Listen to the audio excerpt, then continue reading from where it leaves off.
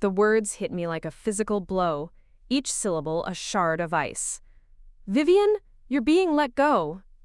"Downsizing," my husband, Richard, uttered, his voice as cold and impersonal as the termination papers he slid across his polished mahogany desk. Behind him, Chloe, a woman I'd once considered a friend, a woman I'd even recommended for his executive assistant position, smirked, her perfectly painted red lips curving into a triumphant smile. I signed the papers without a word, my dignity, my only shield. The next morning, at the emergency board meeting, Richard, with a sickeningly sweet smile, announced their engagement. A collective gasp rippled through the room, but I remained outwardly calm. As congratulations began to murmur, I rose, a meticulously prepared folder clutched in my trembling hand. "Before we celebrate," I stated, my voice steady despite the storm raging inside me, "the board should be aware of who truly holds the controlling interest in Sterling Innovations." The stunned silence, the disbelief etched on their faces as I unveiled the truth, made every silent sacrifice of the past 3 decades worth it. Before we jump back in, tell us where you're tuning in from, and if this story touches you, make sure you're subscribed, because tomorrow, I've saved something extra special for you. The silence in the opulent Sterling Innovations boardroom, after Richard's chilling pronouncement and Chloe's brazen smirk, was a heavy shroud, muffling the thundering in my ears. I walked out of that office building as if on autopilot, the termination papers a flimsy shield against the invisible arrows piercing my soul. 55 years old, and my life as I knew it had just been dismantled by the man I'd loved for over 30 years, assisted by a woman I'd once trusted. The city outside, usually a bustling symphony, seemed to mock me with its indifferent hum.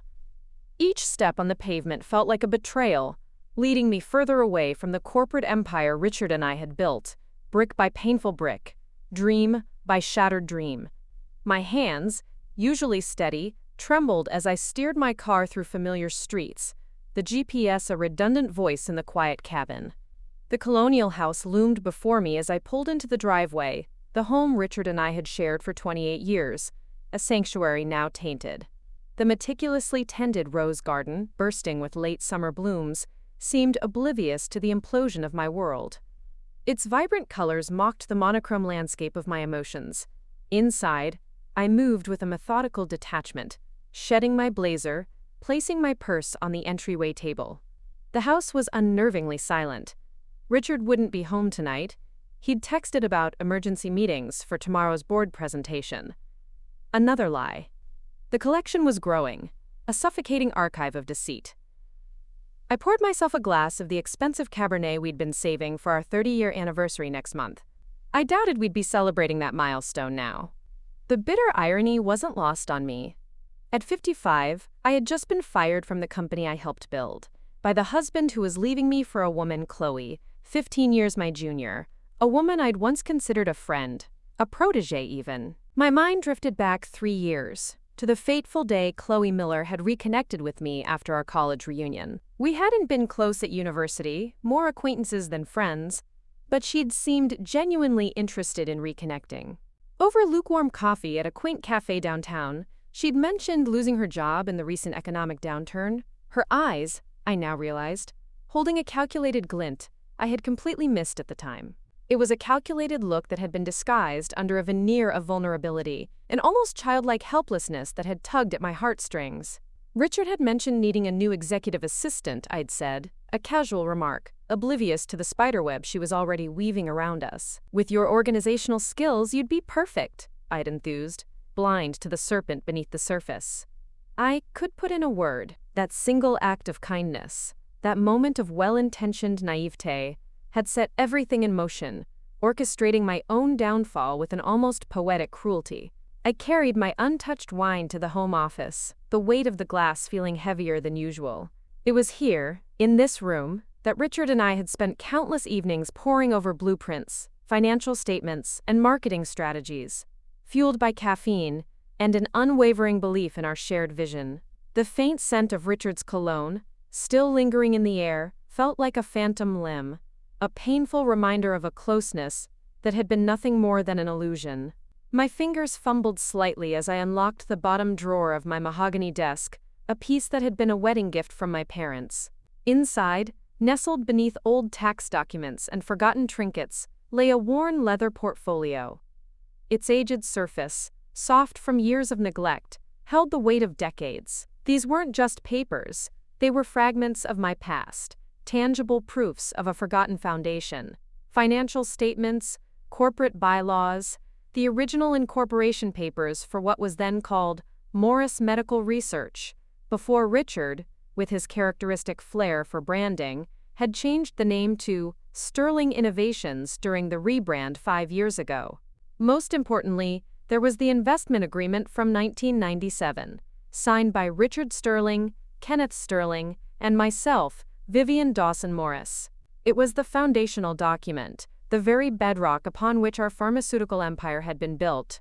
Richard, in his arrogance, believed it had been superseded years ago, rendered obsolete by the myriad corporate restructurings and expansions. But my attorney, Marcus Thorne, a man whose meticulous attention to detail bordered on obsessive, had carefully ensured that this document, every single clause and subclause, remained legally binding through every single corporate maneuver.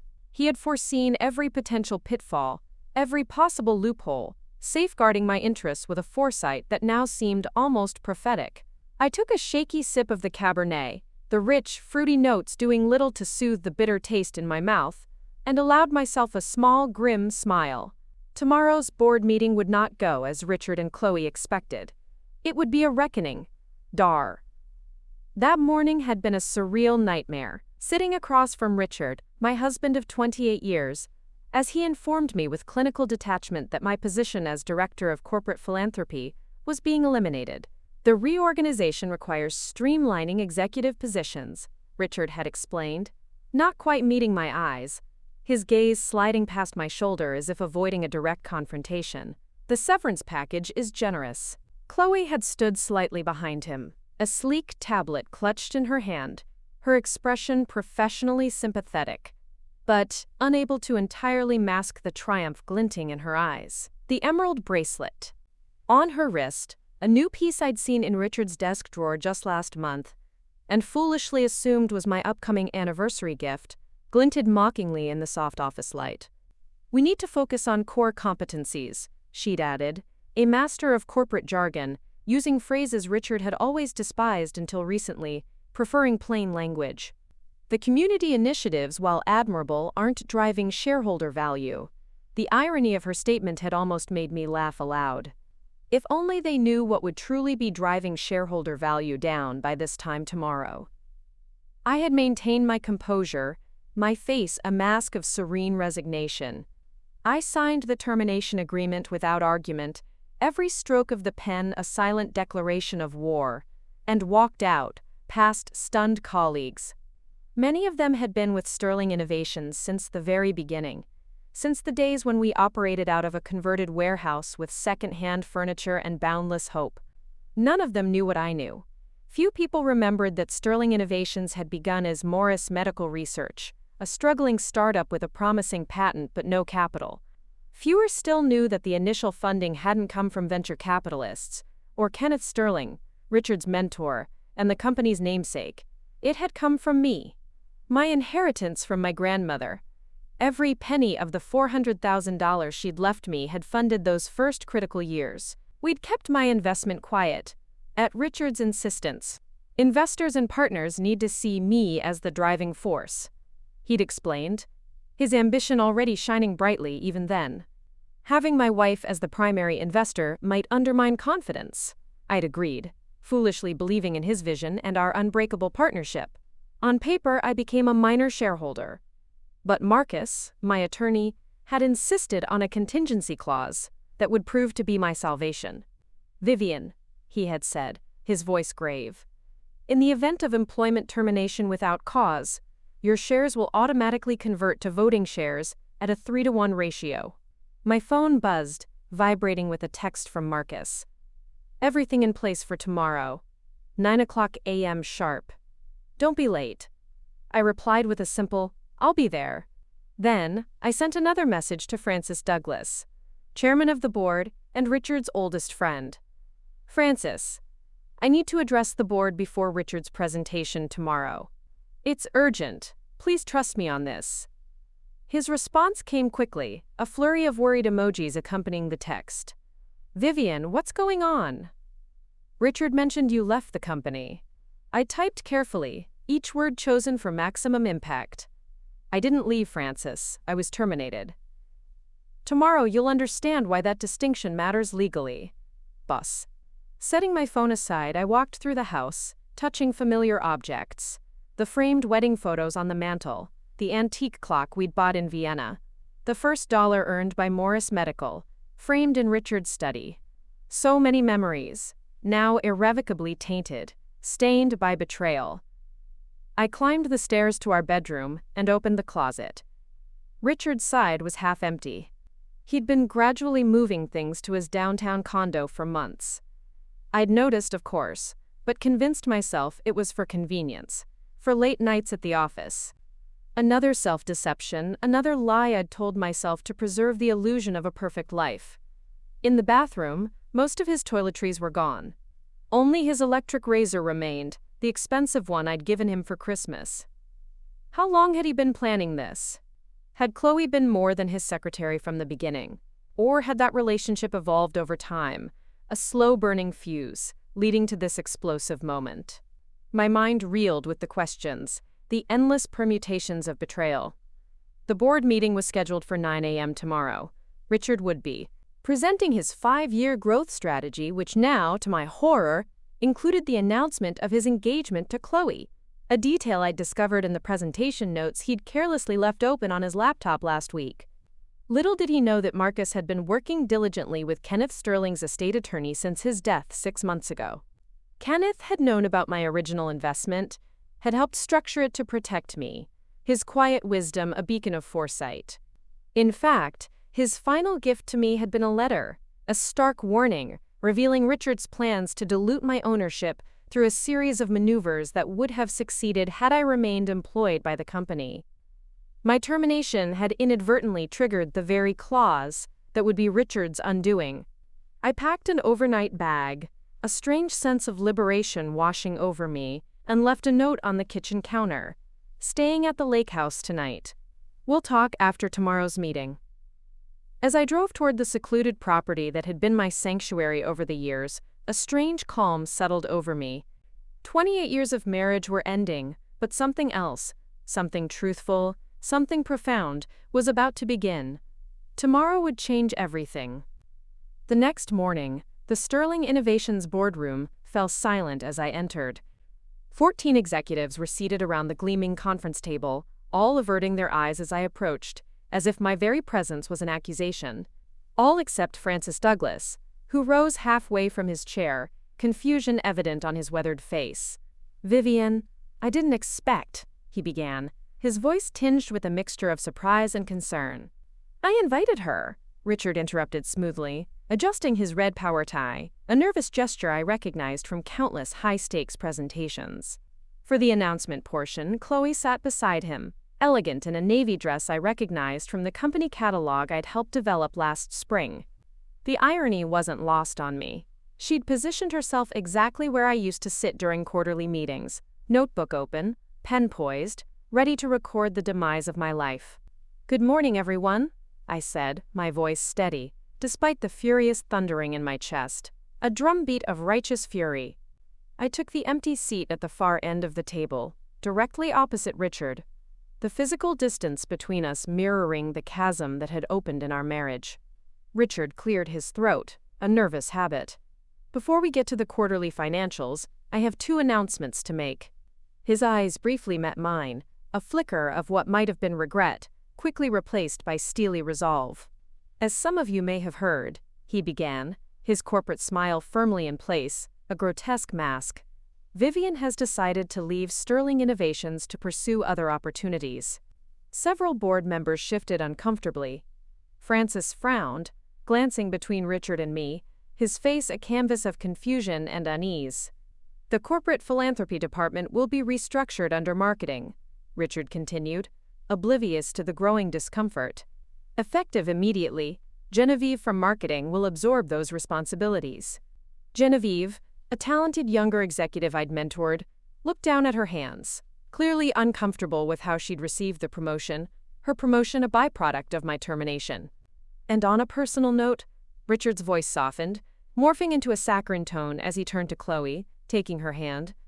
I'm pleased to announce that Chloe and I have decided to marry. A collective intake of breath filled the room. Francis's mouth dropped open, a silent gasp. Ian Williams, our CFO, suddenly became fascinated with his coffee cup, as if the dark liquid held the secrets of the universe. Odette from legal studied her tablet with unusual intensity, her brow furrowed in concentration. No one congratulated them. The silence, stretched thick and uncomfortable. A palpable tension. I understand this comes as a surprise, Richard said, his corporate smile firmly in place, a desperate attempt to maintain control. Vivian and I have been separated for some time, though we kept it private. Another lie. We'd slept in the same bed just 3 nights ago. The scent of his cologne still clinging to my pillow. We wanted to be transparent with the board before rumors began circulating. Chloe added, her voice professionally modulated, a practiced performance. We believe in Sterling Innovation's future and want to ensure a smooth transition. Francis cleared his throat, his discomfort evident. Richard, perhaps this personal announcement should have been handled differently. Actually, I interrupted calmly, opening my portfolio, the crisp rustle of paper cutting through the thick silence. Before we move on, I need to address the board on a matter of corporate governance. Richard's practiced smile faltered, a crack in his facade. We have a full agenda today, Vivian. Perhaps this can wait. It cannot, I said firmly, my voice unwavering. Francis. As chairman, I'm formally requesting the floor. Francis hesitated, glancing at Richard, then, with a sigh that seemed to carry the weight of his long friendship, nodded. The floor is yours, Vivian. I stood, distributing folders I'd prepared with Marcus the previous evening. The crisp papers, filled with meticulously documented facts, felt like weapons in my hands. What I'm about to share will impact today's agenda considerably, I explained, my voice steady, betraying none of the internal turmoil. I apologize for the disruption, but recent events have forced my hand. Richard leaned forward, his knuckles whitening against the polished table, his eyes narrowing. What is this? The truth, I replied simply, my gaze locking with his, a silent challenge. I activated the presentation Marcus had prepared. The first slide, stark and undeniable, showed the original incorporation documents of Morris Medical Research, dated February 1997, 28 years ago. Morris Medical Research was founded with an initial investment of $400,000, I began, my voice clear, echoing through the silent room. That investment came from my inheritance, every penny my grandmother left me. Murmurs rippled through the room, a collective gasp of surprise and dawning comprehension. Richard's face darkened, a storm cloud gathering behind his eyes. For reasons that seemed valid at the time, we agreed to minimize my role on paper, I continued, recounting the carefully constructed narrative of our shared past. Richard would be the face of the company while I remained a silent partner with contractual protections. I advanced to the next slide, revealing a complex ownership structure, a labyrinthine web of legal agreements. When Kenneth Sterling came on board in 2000 and we rebranded as Sterling Innovations, my ownership was further obscured, but legally protected, through a series of agreements drafted by Marcus Thorne. Richard shot to his feet, his chair scraping loudly against the polished floor, the sound jarring in the stillness. This is ancient history, and irrelevant to today's meeting. On the contrary, I continued steadily, my voice calm, unwavering. It's directly relevant to yesterday's events. I turned to face the board members directly, meeting their stunned gazes. Yesterday afternoon, I was terminated from my position without cause. Francis looked sharply at Richard, his eyes demanding an explanation. You said she resigned. A misunderstanding. Richard said quickly, his voice strained. A desperate attempt to regain control. The restructuring was used as pretext for my termination, I finished, each word a hammer blow, which triggered a specific clause in our founding agreement. I advanced to the slide Marcus had titled Contingency Conversion. The legal language was highlighted in bold, stark, and undeniable. Upon termination without cause of Vivian, Dawson Morris, all Class B shares convert to Class A voting shares at a ratio of 3-1, effective immediately. The room went completely still, the silence now deafening. In practical terms, I continued, my voice the only sound in the stunned silence, as of yesterday at 2:17 p.m., when I signed termination papers, my ownership stake increased from 25% to 75% of voting shares. Ian Williams, always quick with numbers, gasped, "That's controlling interest." Richard's face had lost all color, a pallid mask of disbelief. "This can't be legal. These agreements were superseded years ago." I nodded to Odette, who was already flipping through the documents I'd provided, her movements precise and deliberate. As head of legal, she'd been kept in the dark about these original agreements. "The language is clear," she said slowly, her voice professional even in her shock. "And there's a notarized addendum signed during each restructuring, preserving these terms." She looked up at Richard, her eyes piercing. "Did you know about this?" Richard's silence was answer enough.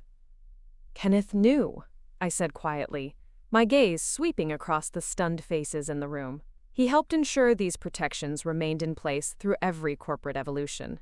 He left me a letter before he died, warning me that Richard was planning to dilute my ownership through a series of maneuvers that would have worked had I remained employed by the company.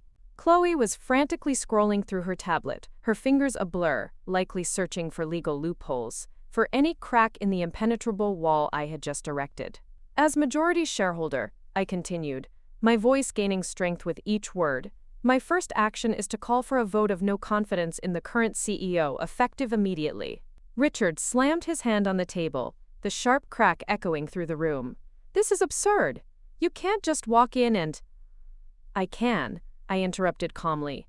"And I have. Francis, as chairman, would you please call the vote?" Francis looked between us, 30 years of friendship with Richard, warring with his duty to the company. "I need to consult with legal first." "Of course," I nodded. "But while we're waiting, I think it's important that the board understands something. I'm not doing this out of vengeance." I looked directly at Richard for the first time, our gazes locking, a silent challenge. "I'm doing this because the same ethical flexibility that led you to betray your wife has been applied to company decisions, and that puts everything we've built at risk." The boardroom erupted into controlled chaos. Odette huddled with Francis and 2 other board members, examining the legal documents, their heads bent in intense deliberation. Ian was furiously calculating numbers on his tablet, his brow furrowed in concentration. Chloe had pulled Richard into the corner, their urgent whispers just audible enough to hear her panicked plea. "Fix this." I sat calmly, watching the storm I'd unleashed, a quiet satisfaction spreading through me. My phone buzzed with a text from Marcus. "On my way. Stall if needed." It was then, in that moment of quiet triumph amidst the chaos, that I realized a crucial detail, a subtle, almost imperceptible thread connecting Marcus to the very woman who had orchestrated my downfall. As Chloe frantically scrolled through her tablet, her face pale with panic, I noticed something in her frantic movements, a particular way she held her device, a certain pattern of tapping that seemed eerily familiar. My mind, usually focused on the larger picture, snagged on this small, incongruous detail. It was almost identical to how Marcus, my meticulous lawyer, handled his own tablet. A fleeting thought, easily dismissed in the urgency of the moment, yet it lingered. Later, as the boardroom settled somewhat, and Marcus entered, elegant and composed in his charcoal suit, his silver hair swept into a sleek bun, the puzzle pieces began to click into place. He nodded briefly to me, his eyes sharp and focused, then turned his attention to the assembled board. As he spoke, clarifying the legal intricacies with his characteristic precision, a memory resurfaced, faint at first, then sharper, clearer. A casual conversation with Kenneth Sterling, months ago, shortly before his death. Kenneth, in his inimitable, roundabout way, had mentioned Marcus's recent divorce, a messy affair, he'd hinted, from a woman who worked in the pharmaceutical industry.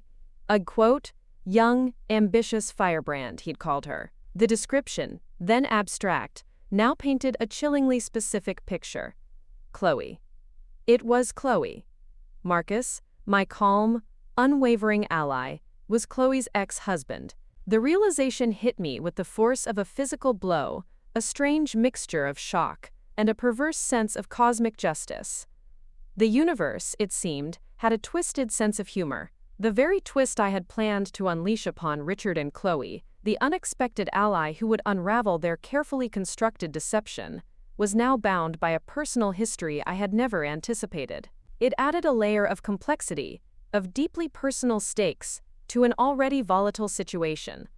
A silent understanding passed between Marcus and me, a fleeting glance that acknowledged the shared secret, the unexpected personal connection that now underscored our professional alliance. The game, I realized, had just become infinitely more personal.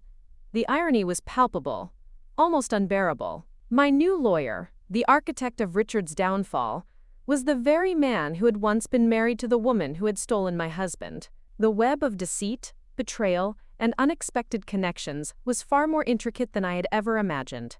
As I waited, the tension in the room seemed to fade around me, replaced by a flood of memories.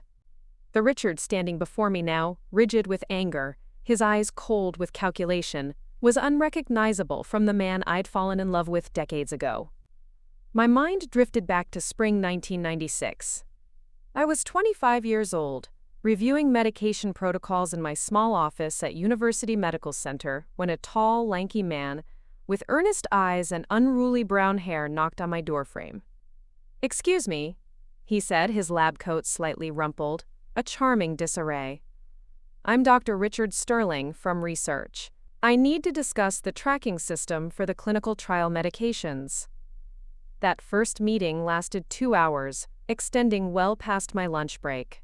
Richard's passion for his research, an experimental treatment for autoimmune disorders, was infectious. He explained complex biochemical processes with such clarity and enthusiasm that I found myself completely engrossed. "The problem," he confided, leaning across my desk, his voice dropping to a conspiratorial whisper, "is funding. The university's grant is minimal, and pharmaceutical companies want proven results before they'll invest.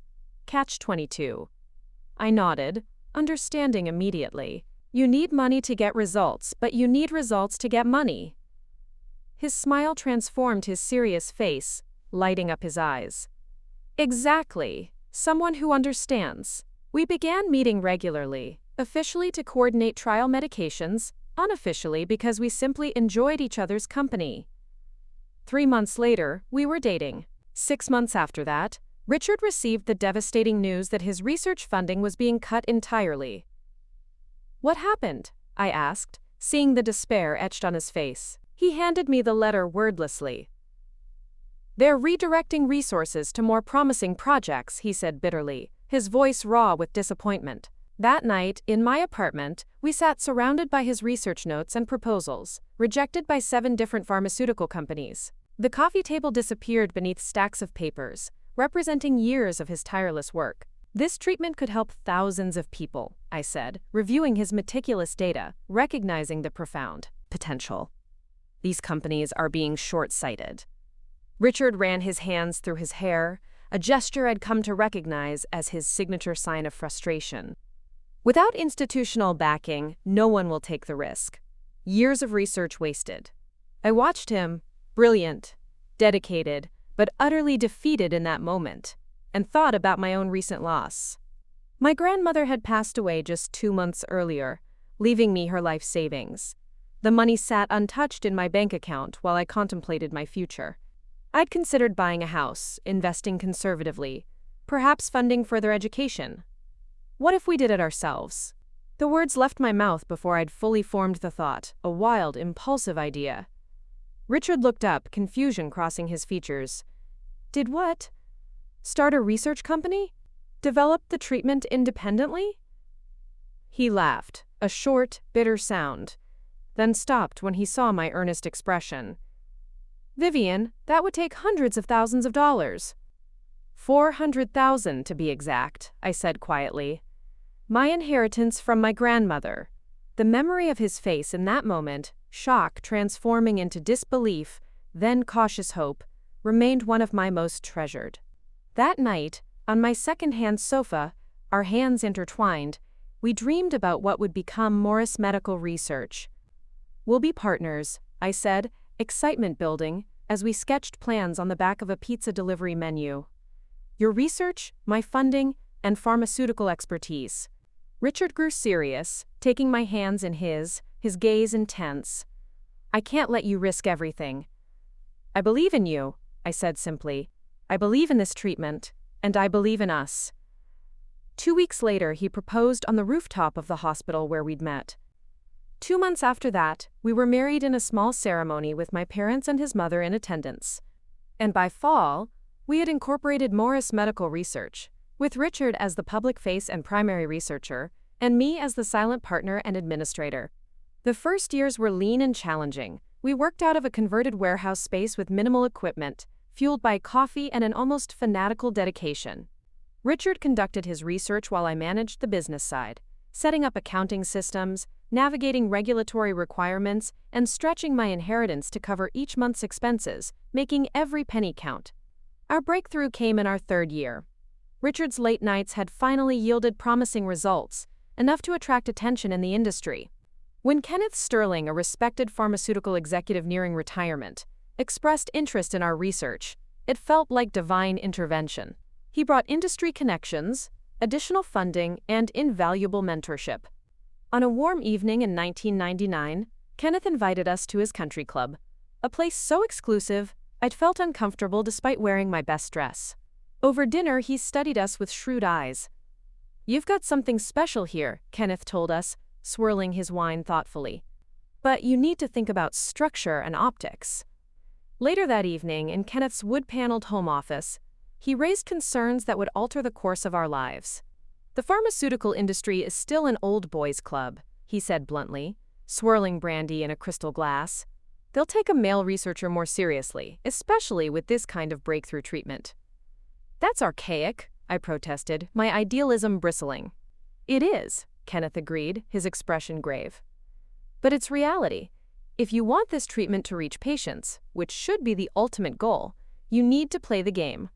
The game, as Kenneth outlined it, involved restructuring the company with Richard as the clear head and me in a supporting role. On paper, my ownership would be reduced, though Kenneth insisted on legal protections written into the bylaws. "Never give up control entirely," he advised me privately when Richard stepped out to take a phone call. "Men in this industry can get ambitious, even good men like Richard." I remembered laughing, dismissing his concern. "Richard and I are partners in everything. The paperwork is just for show." Kenneth's expression had remained serious. Humor an old man who's seen too many partnerships dissolve when money and recognition enter the picture. "Let my lawyer draft protection clauses, just in case." I'd agreed, more to ease his mind than from any real concern. The clauses he insisted on, including the critical one converting my shares upon wrongful termination, seemed like unnecessary precautions for a marriage and business partnership as solid as ours. How wrong I had been, how naively trusting. The memory of Kenneth's warning resonated through the years, his voice clear in my mind. Never give up control entirely. Even good men like Richard can change when money and recognition enter the picture. How prophetic those words had proven to be. The idealistic scientist I'd fallen in love with had gradually transformed into someone I barely recognized. Ambitious, calculating, willing to betray not just his wife, but the very principles that had once defined him. "Vivian." Francis's voice pulled me back to the present. The boardroom had settled somewhat, executives returning to their seats with expressions ranging from shock to calculation. I blinked, the bright lights of the modern boardroom replacing the warm glow of Kenneth's study in my mind. "Legal has confirmed the validity of these documents," Francis said, his tone carefully neutral. "Your conversion of shares appears to be legitimate." Richard stood ramrod straight at the head of the table, his face a mask of controlled anger. "This is a technicality that can be addressed. The termination was part of a larger restructuring, not without cause." Odette shook her head slightly. "The termination paperwork specifically cites position elimination as the reason, with no performance issues noted. That constitutes without cause under any reasonable legal standard." There are 28 years of decisions and agreements to review, Richard insisted, desperation creeping into his voice. This will take weeks to sort out properly. Actually, I said, checking my watch, a theatrical gesture to emphasize my control. Marcus Thorne will be joining us momentarily to address any further legal questions. As the attorney who drafted the original agreements and all subsequent amendments, he can clarify anything that remains unclear. At the mention of Marcus's name, Richard paled visibly. He knew, as well as I did, that Marcus's meticulous documentation would leave no room for maneuvering. Chloe leaned over to whisper something in Richard's ear, her voice urgent, panicked. He shook his head sharply, then addressed the board, his voice regaining some of its authority. I suggest we adjourn to consider these developments and reconvene when cooler heads prevail. I'm afraid that won't be possible, I replied calmly, my voice cutting through his attempt to seize control. Not when there are pressing matters that affect the company's future. Perhaps now would be a good time to discuss Project Orion. The room went utterly still at the mention of the company's most secretive initiative, a project shrouded in layers of corporate secrecy. Richard's expression confirmed what Kenneth's final letter had warned me about. Something was very wrong with Sterling's flagship project, and only those in the innermost circle knew the truth. My discovery of Richard's betrayal hadn't happened all at once. Like many painful revelations, it came in pieces, fragments of truth I initially refused to connect. It was exactly 2 months ago when I first noticed something was different. Richard had been working late frequently, citing the importance of Project Orion, the new immunotherapy drug that promised to revolutionize treatment for several autoimmune conditions. The FDA fast-track application was pending, and everyone at Sterling was focused on making sure nothing went wrong. That Thursday evening, I'd stopped by his office to bring him dinner, a ritual from our early days that had become increasingly rare. The executive floor was quiet, most employees having left hours earlier. Richard's assistant's desk was empty, her computer shut down for the night. As I approached Richard's office, I heard laughter, his and a woman's, floating through the partially open door. I paused, not wanting to interrupt if he was in a meeting.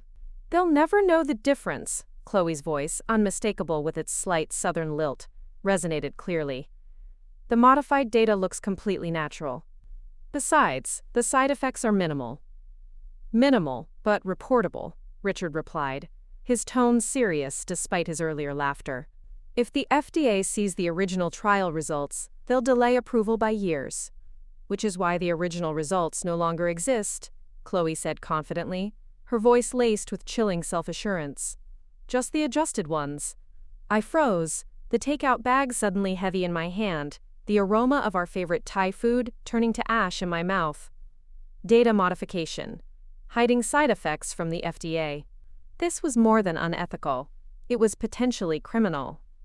What about biometrics? They have access to the raw data, Richard asked, a flicker of concern in his voice. Already handled, Chloe replied, her voice smooth, unwavering.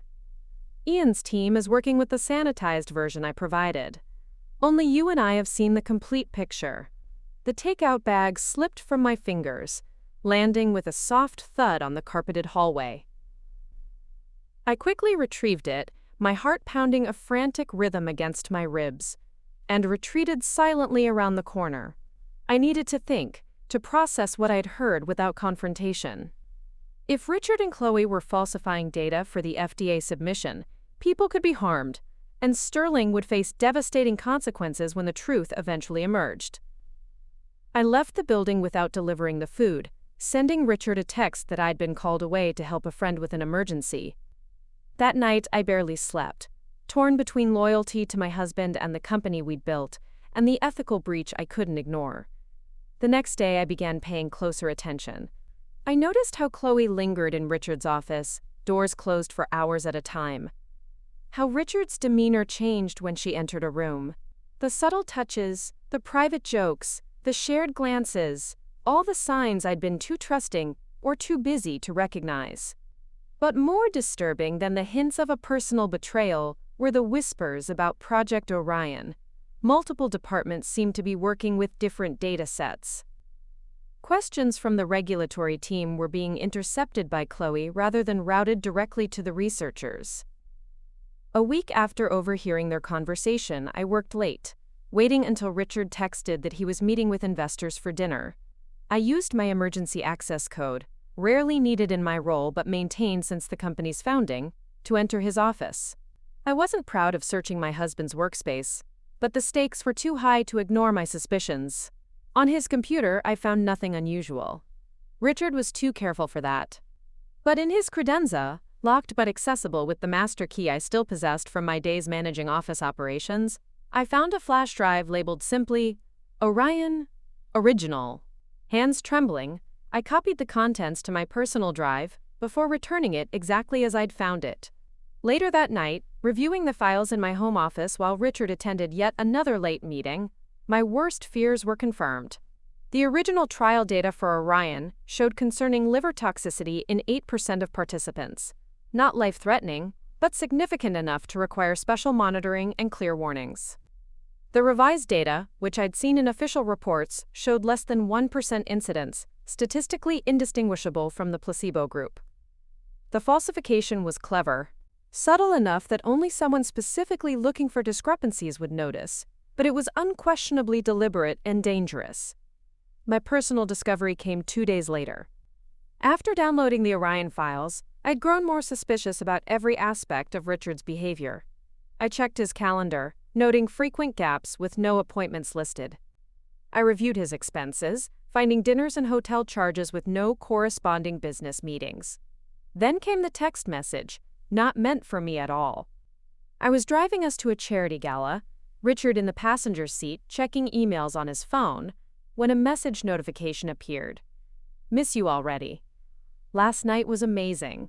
Can't wait for Paris next month. Love, C. Richard quickly dismissed the notification, but not before I glimpsed it from the corner of my eye. He made a show of responding to work emails for the remainder of the drive, but the damage was done. That night, after Richard had fallen asleep, I checked his phone, something I'd never done in 28 years of marriage. The message from Chloe was gone, deleted, along with their entire conversation history.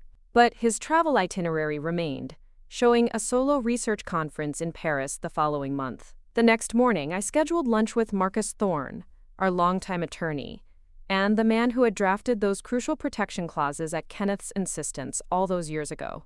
I hadn't seen him socially in nearly a year, since Kenneth's funeral. "You seem troubled," Marcus observed after we'd ordered, his shrewd eyes missing nothing. "I need to understand something," I said carefully.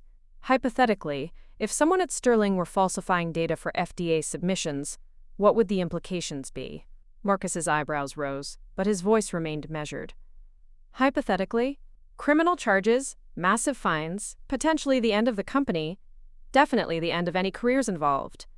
He studied me intently. "Vivian, what's going on?" I hadn't intended to tell him everything. But once I started, the words poured out, the overheard conversation, the data discrepancies, and yes, the personal betrayal as well. Marcus listened without interruption, his expression growing increasingly grave. When I finished, he reached across the table and squeezed my hand.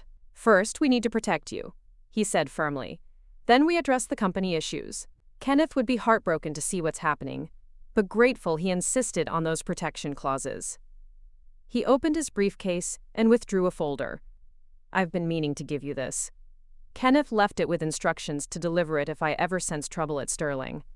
I think now qualifies. The folder contained Kenneth's final letter to me, detailing his suspicions about Richard's ethical compromises and his fears for the company's future. It also contained documentation of the shareholding protection clauses and how they would be triggered. "Kenneth saw something in Richard changing," Marcus explained quietly. "He loved you both, but he was worried about the direction Richard was taking after the Neuralex acquisition." As I read Kenneth's words, his elegant handwriting slightly shaky from his illness, the full scope of both betrayals became clear. My husband had not only been unfaithful personally but had compromised everything we'd built professionally. "What do I do?" I asked, feeling oddly calm despite the devastating revelations. Marcus's answer was simple. "Wait. Document everything, and be ready when they make their move." I didn't have to wait long. 3 days later, Richard informed me that he and the board had decided to eliminate my position. Downsizing, he called it. Restructuring. A business decision, nothing personal. I signed the papers without argument, just as Kenneth had predicted I would need to do. The trap had been set decades ago, and Richard had walked right into it. The boardroom remained silent after my mention of Project Orion. Francis exchanged glances with Odette, while Ian shifted uncomfortably in his seat, his earlier bravado completely deflated. Richard's jaw clenched visibly. "Project Orion is not relevant to this discussion," Richard finally said, his voice tight, strained. "We're discussing ownership shares, not research protocols." "They're inseparable," I replied calmly, my voice cutting through his protest. "The company's future depends on both its leadership and its flagship product being above reproach." Francis leaned forward, his expression grave. "Vivian, what exactly are you implying about Project Orion?" Before I could answer, the boardroom door opened, and Marcus Thorne entered, elegant in a charcoal suit, silver hair swept into a sleek bun. Behind him came Dr. Lena Petrova, Sterling's former head of clinical research, who had abruptly retired 6 months earlier. "Sorry I'm late," Marcus announced, setting his briefcase on the table. "Traffic was worse than expected. I see you've begun without me." Richard's face darkened, a storm of fury gathering in his eyes. "This meeting is for board members and current executives only. Dr. Petrova is no longer affiliated with Sterling." "Actually," I interjected, my voice resonating with newfound authority, "as majority shareholder, I've invited them both to provide context that will help the board understand how we arrived at this moment." The path that had led us here stretched back far beyond my personal discovery of Richard's betrayal. To truly understand what was happening at Sterling Innovations, the board needed to know its complete history, including the parts that had been carefully hidden from them. "Dr. Petrova," I said, nodding to the distinguished researcher, "would you please share with the board why you left Sterling 6 months ago?" Lena stepped forward, her posture straight despite the tension visible in her shoulders. At 65, she had been one of the most respected researchers in immunology, her presence lending immense credibility to Sterling's scientific endeavors. "I was asked to approve modified clinical data for the Orion FDA submission," she stated firmly, her voice clear and unwavering. "When I refused, I was given the choice to retire with a generous package or be terminated for failure to align with company objectives." Murmurs rippled through the boardroom, a wave of shock and disbelief. Francis looked horrified, his face a mask of profound disappointment. "That's an outrageous claim," Richard snapped, attempting to regain control. Dr. Petrova had performance issues that were well documented. Her allegations are simply attempts to deflect from her own failings. "Are they?" Marcus asked, his voice calm, cutting through Richard's bluster. He opened his briefcase and distributed folders to each board member. "These documents tell a different story." As the board members examined the evidence, their faces reflecting a growing horror, I reflected on how we had reached this critical juncture. The company's evolution had been marked by key moments that, in retrospect, revealed the gradual shift in Richard's priorities and ethics. Sterling Innovations hadn't always been the industry leader it was today. After our early years as Morris Medical Research, the rebranding and partnership with Kenneth Sterling in 2000 had marked our first major expansion. Kenneth's investment and industry connections had accelerated our growth, allowing us to move from basic research into clinical development. By 2004, we had our first successful drug on the market, NeuroClear, a treatment for nerve pain that had emerged from Richard's original research. The royalties transformed our financial situation, allowing us to expand our research team and facilities. Richard and I had purchased our colonial home that year, celebrating with champagne on the empty living room floor, dreaming of the family we hoped to have. The company continued to grow steadily until 2009, when a promising cancer drug failed in late-stage trials. The setback had nearly devastated us financially and emotionally. I remembered holding Richard as he wept, his years of work proving ineffective despite early promising results. "It happens," Kenneth had counseled us over dinner at his home. "Even the best scientists face failure. It's how you respond that defines you." Richard had seemed to take the advice to heart. redoubling his efforts on more promising research areas. But looking back, I could see that something fundamental had shifted. The scientist who had once been driven by helping patients began focusing more on quarterly results and stock valuations. The acquisition of Neurolex Pharmaceuticals in 2014 had been our largest expansion and, in hindsight, a turning point. The smaller company had complementary research in autoimmune disorders, making it an attractive target. But the $130 million purchase price had stretched our resources and increased pressure for returns. It was during the integration of Neurolex that Chloe had entered our lives. She had been their head of investor relations, a position that put her in frequent contact with Richard during the transition. I had found her impressive, articulate, knowledgeable, with an energetic presence that enlivened meetings. When Richard's executive assistant retired later that year, I had suggested Chloe for the role. "She's overqualified," Richard had objected initially.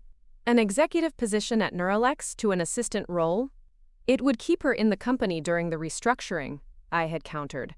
"And you need someone who understands both organizations during the transition. It could be temporary until we find a better fit for her skills." Richard had agreed, and Chloe had accepted with apparent gratitude. The temporary arrangement had soon become permanent, with Chloe proving herself indispensable to Richard. She anticipated his needs, streamlined his communications, and increasingly represented him in internal meetings he was too busy to attend. I had been pleased at first, grateful that Richard had such competent support during the stressful integration period. I had even invited Chloe to our home for dinner several times, wanting to make her feel welcomed into the Sterling family. Kenneth, however, had been less impressed.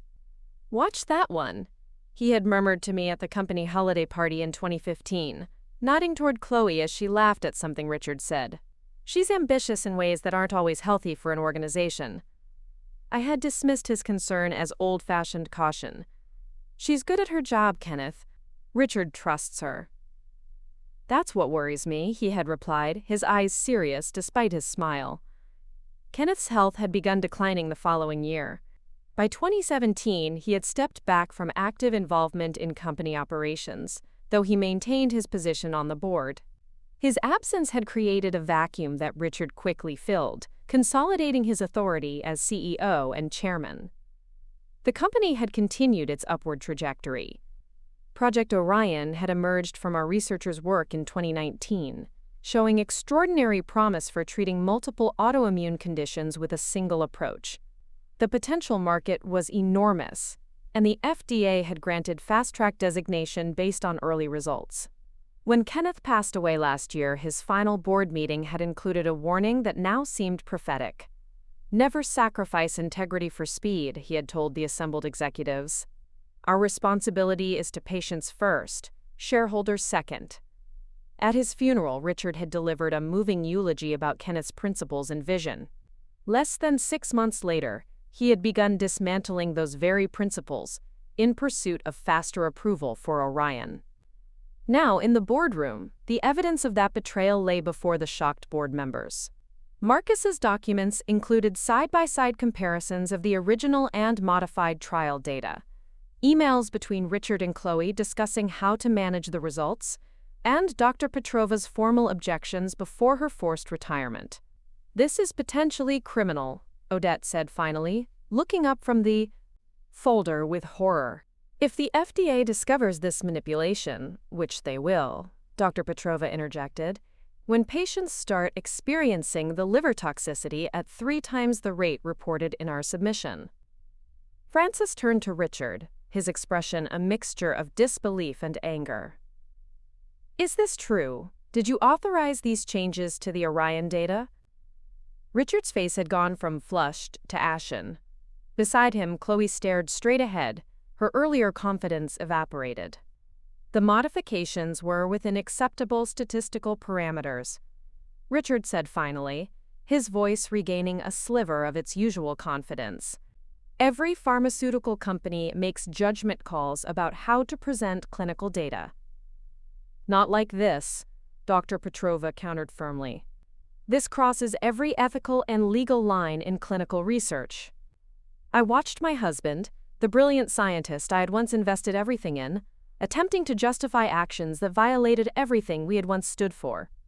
In that moment, I felt not anger but profound sadness for how far he had fallen from the idealistic researcher who had once worked tirelessly to help patients. "The board needs to understand exactly what's at stake," I said quietly. "These aren't just ethical violations.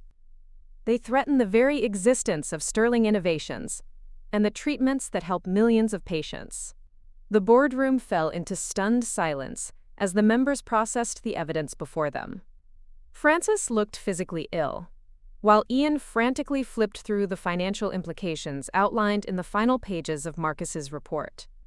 "If this submission goes forward and the FDA later discovers the falsification," Marcus explained, his tone measured but grave, "Sterling would face fines potentially exceeding $350 million, not to mention criminal charges against those responsible and a complete loss of credibility with regulatory agencies worldwide." Dr. Petrova added, "Future submissions would face extraordinary scrutiny." Richard remained silent, his earlier defiance replaced by grim calculation.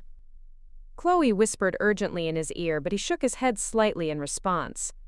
"This is distressing information," Francis said finally, "but it doesn't explain why you never revealed your ownership stake until now, Vivian. If you knew about these issues, why wait until after your termination to come forward?" It was a fair question, one that deserved a complete answer. The truth was that my value to Sterling had always been more complex and substantial than anyone realized. I had remained in the shadows by choice, but that time had ended. "My role at Sterling has always been deliberately understated," I began.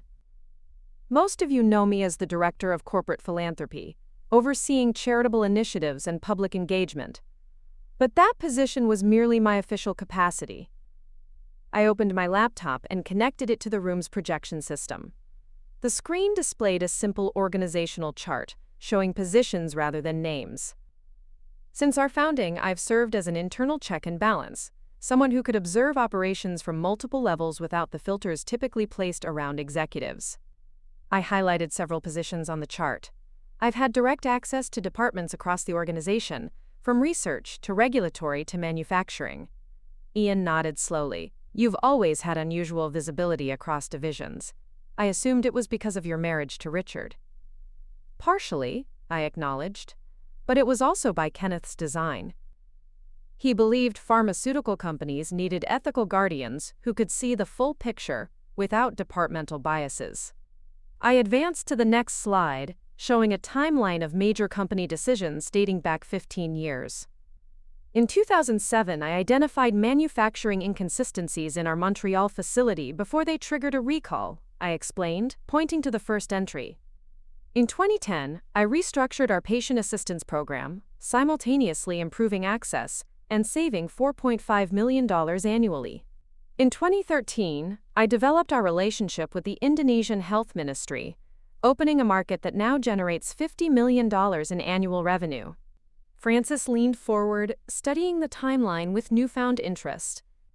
"I remember these initiatives, but they were always presented as team efforts or executive committee decisions. Because that served the company's interests," I replied. "My effectiveness depended partly on being underestimated, on being seen as simply Richard's wife with a ceremonial role." Richard shifted uncomfortably in his seat. He knew better than anyone how strategic my contributions had been, even as he minimized them to others. "When the Neuralex acquisition was being negotiated," I continued, "I identified the patent vulnerability in their secondary portfolio that allowed us to reduce the purchase price by $20 million.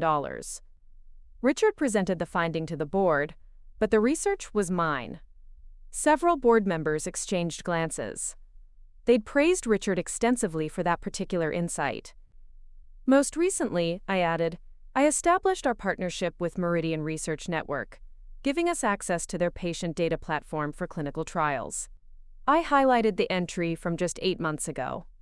"That partnership reduced our recruitment costs by 30% and accelerated our timeline across 5 development programs," Odette nodded. I wondered how that deal came together so quickly.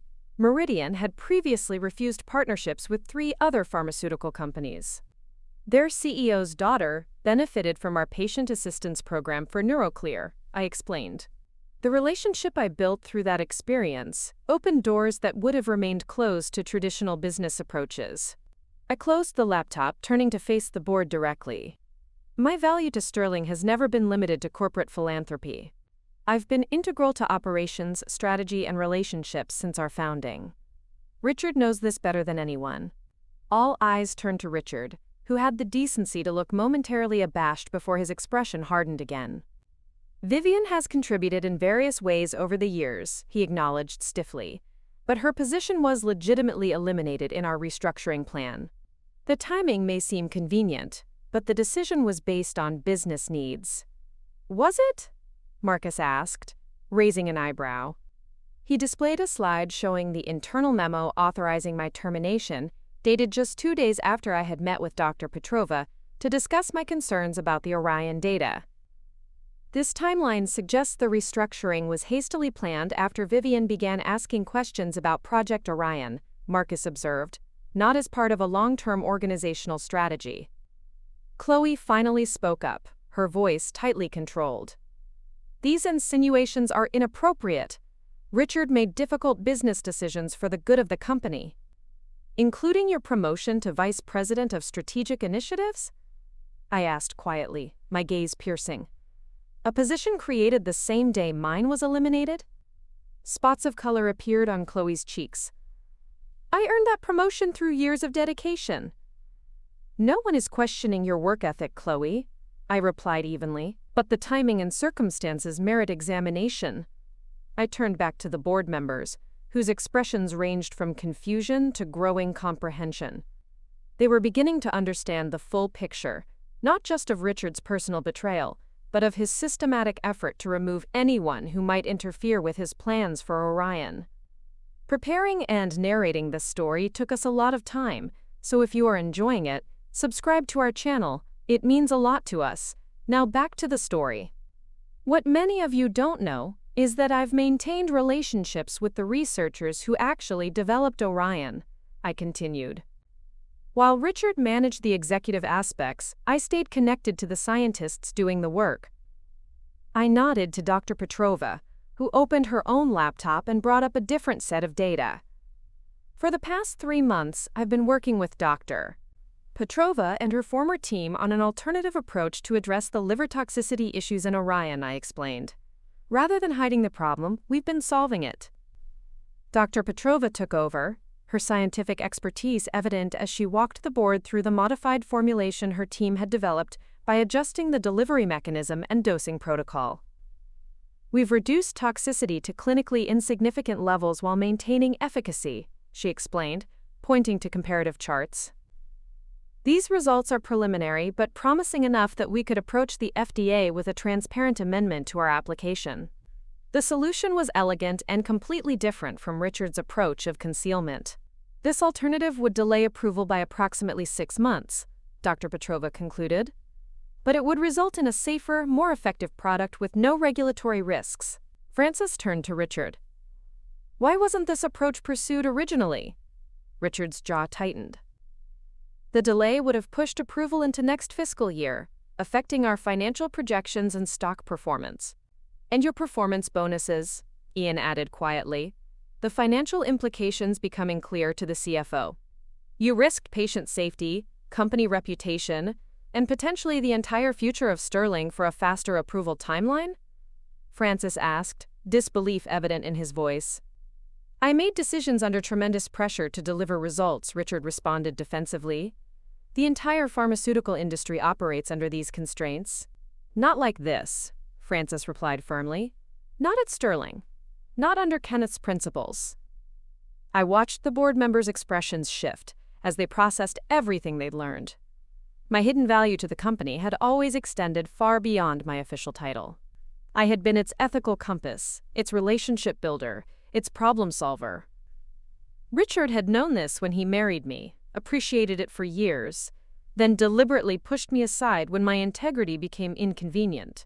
My termination wasn't just a personal betrayal, I said quietly. It was a strategic removal of the person most likely to expose the Orion data issues before they reached the FDA. What Richard hadn't anticipated was that Kenneth's foresight and my preparation had transformed his action from a power move into a catastrophic miscalculation, one that had now exposed everything he had tried to hide. As the gravity of the situation settled over the boardroom, Richard appeared to recalculate his position.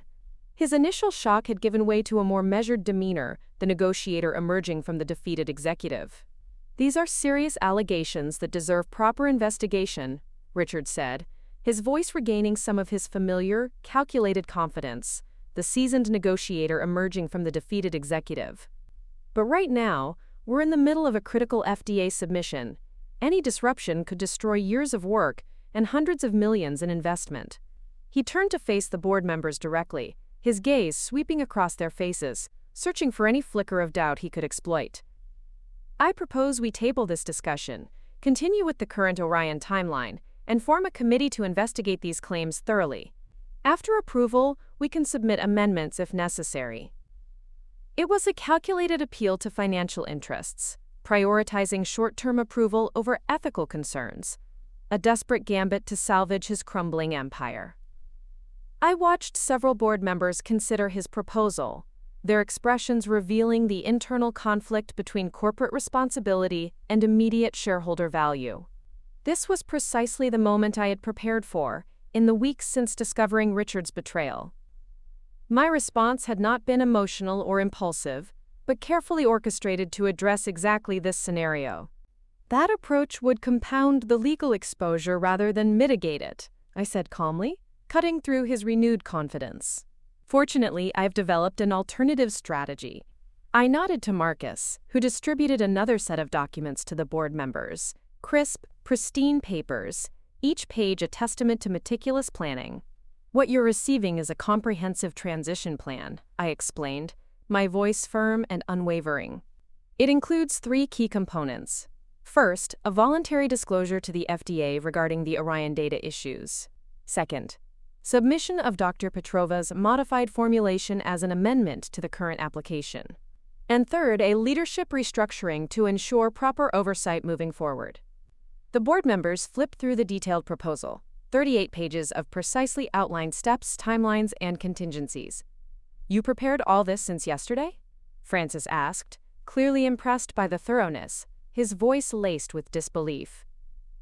"No," I admitted, a small, knowing smile playing on my lips. "I've been developing this plan for 6 weeks, ever since I confirmed the data manipulation. My termination was actually the trigger I needed to implement it." Richard looked stunned, his carefully constructed composure finally crumbling. "You planned for your own firing?" For the first time that morning, I allowed myself a small, satisfied smile. "I anticipated it. There's a difference." In truth, the preparation had begun the very night I overheard Richard and Chloe discussing the modified data.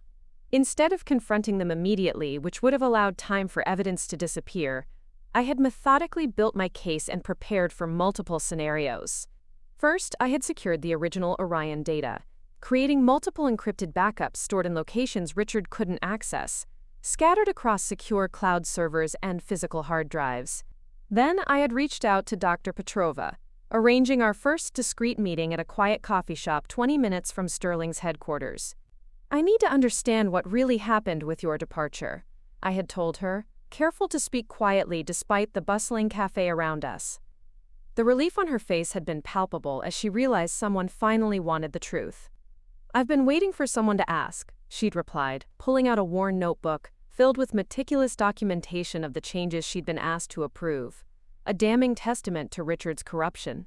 Over the following weeks, we had assembled a small, trusted team of researchers who had worked on Orion from the beginning, meeting in evenings and on weekends, far away from Sterling's offices, in rented anonymous conference rooms and quiet academic libraries.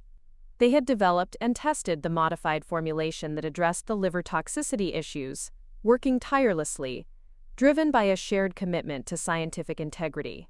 Simultaneously, I had consulted extensively with Marcus about the legal implications of both the data falsification and my ownership stake. Together, We had crafted a strategy that would protect the company while ensuring accountability, a legal fortress designed to withstand any assault. His insights into corporate law, honed over decades, were invaluable. As we worked, the subtle hints about Marcus's past began to surface in our professional exchanges, not through direct conversation, but through the detailed precision of his questions, his uncanny ability to anticipate Chloe's likely legal maneuvers. He would occasionally refer to her usual playbook or tactics I've seen before, always with a slight, almost imperceptible hardening around his eyes. It was in these moments that my suspicion solidified into certainty. Marcus, my steadfast legal champion, was indeed Chloe's ex-husband. The knowledge added a layer of profound, personal satisfaction to our mission. "Your plan assumes you have the authority to implement it," Richard pointed out, studying the document with growing concern, desperately searching for a weakness. "The board would need to approve such drastic changes." "As majority shareholder, I can call for votes on each element," I replied calmly, cutting off his argument. "But I'd prefer the board recognize the wisdom of this approach and support it voluntarily." I turned to Francis, my voice softening slightly, appealing to his sense of duty. "The plan protects Sterling's long-term interests. Yes, it will impact this quarter's projections and likely our stock price in the short term, but it preserves the company's reputation, prevents regulatory penalties, and most importantly, ensures patient safety." Francis studied the proposal thoughtfully, his brow furrowed in deep consideration. "The voluntary disclosure approach is risky. The FDA could still impose penalties." "They could," Marcus acknowledged, stepping forward, his voice measured and authoritative. "But our legal analysis suggests they would be substantially reduced compared to penalties imposed after the agency discovers the issues independently. The good faith disclosure creates a significant mitigating factor." "And the leadership restructuring?" Odette asked, eyeing the section that addressed executive changes. "This is quite extensive. It addresses not just the immediate issues but the cultural factors that allowed them to develop," I explained. "A comprehensive approach is necessary to prevent similar problems in the future." The restructuring plan called for Richard's removal as CEO, the formation of an ethics oversight committee with direct board reporting lines, and a thorough review of all executive decisions made during the past 18 months. Ian, ever focused on financial implications, raised the most pressing concern. "What about the shareholders? This will trigger a significant sell-off when it becomes public." "That's addressed on page 24, I replied, gesturing to the relevant section. "We've developed a communication strategy that emphasizes the long-term benefits of transparency and our proactive approach to addressing the issues. Additionally, I'm prepared to use my personal resources to establish a stock stabilization fund if necessary." My willingness to back the plan financially seemed to surprise several board members. It underscored that my commitment wasn't just to my own interests, but to the company's survival and ethical restoration. Throughout the discussion, Chloe had grown increasingly agitated, whispering urgently to Richard and typing frantically on her tablet, her face a mask of barely controlled desperation. "Finally," she interrupted, her voice sharp with desperation, breaking the solemn decorum of the meeting. "This is absurd! Richard has led this company to record profits for 5 consecutive quarters. This entire presentation is nothing but a vindictive response to personal issues." Her characterization hung in the air for a moment, a challenge, before I responded. "Personal issues didn't falsify clinical data," I said quietly, my voice cutting through her desperate plea. "Personal issues didn't force out researchers who raised concerns, and personal issues didn't jeopardize patient safety for the sake of faster approval timelines." I stood, addressing the board directly, my gaze sweeping across each face, conveying the gravity of the choice before them. "I understand this is overwhelming.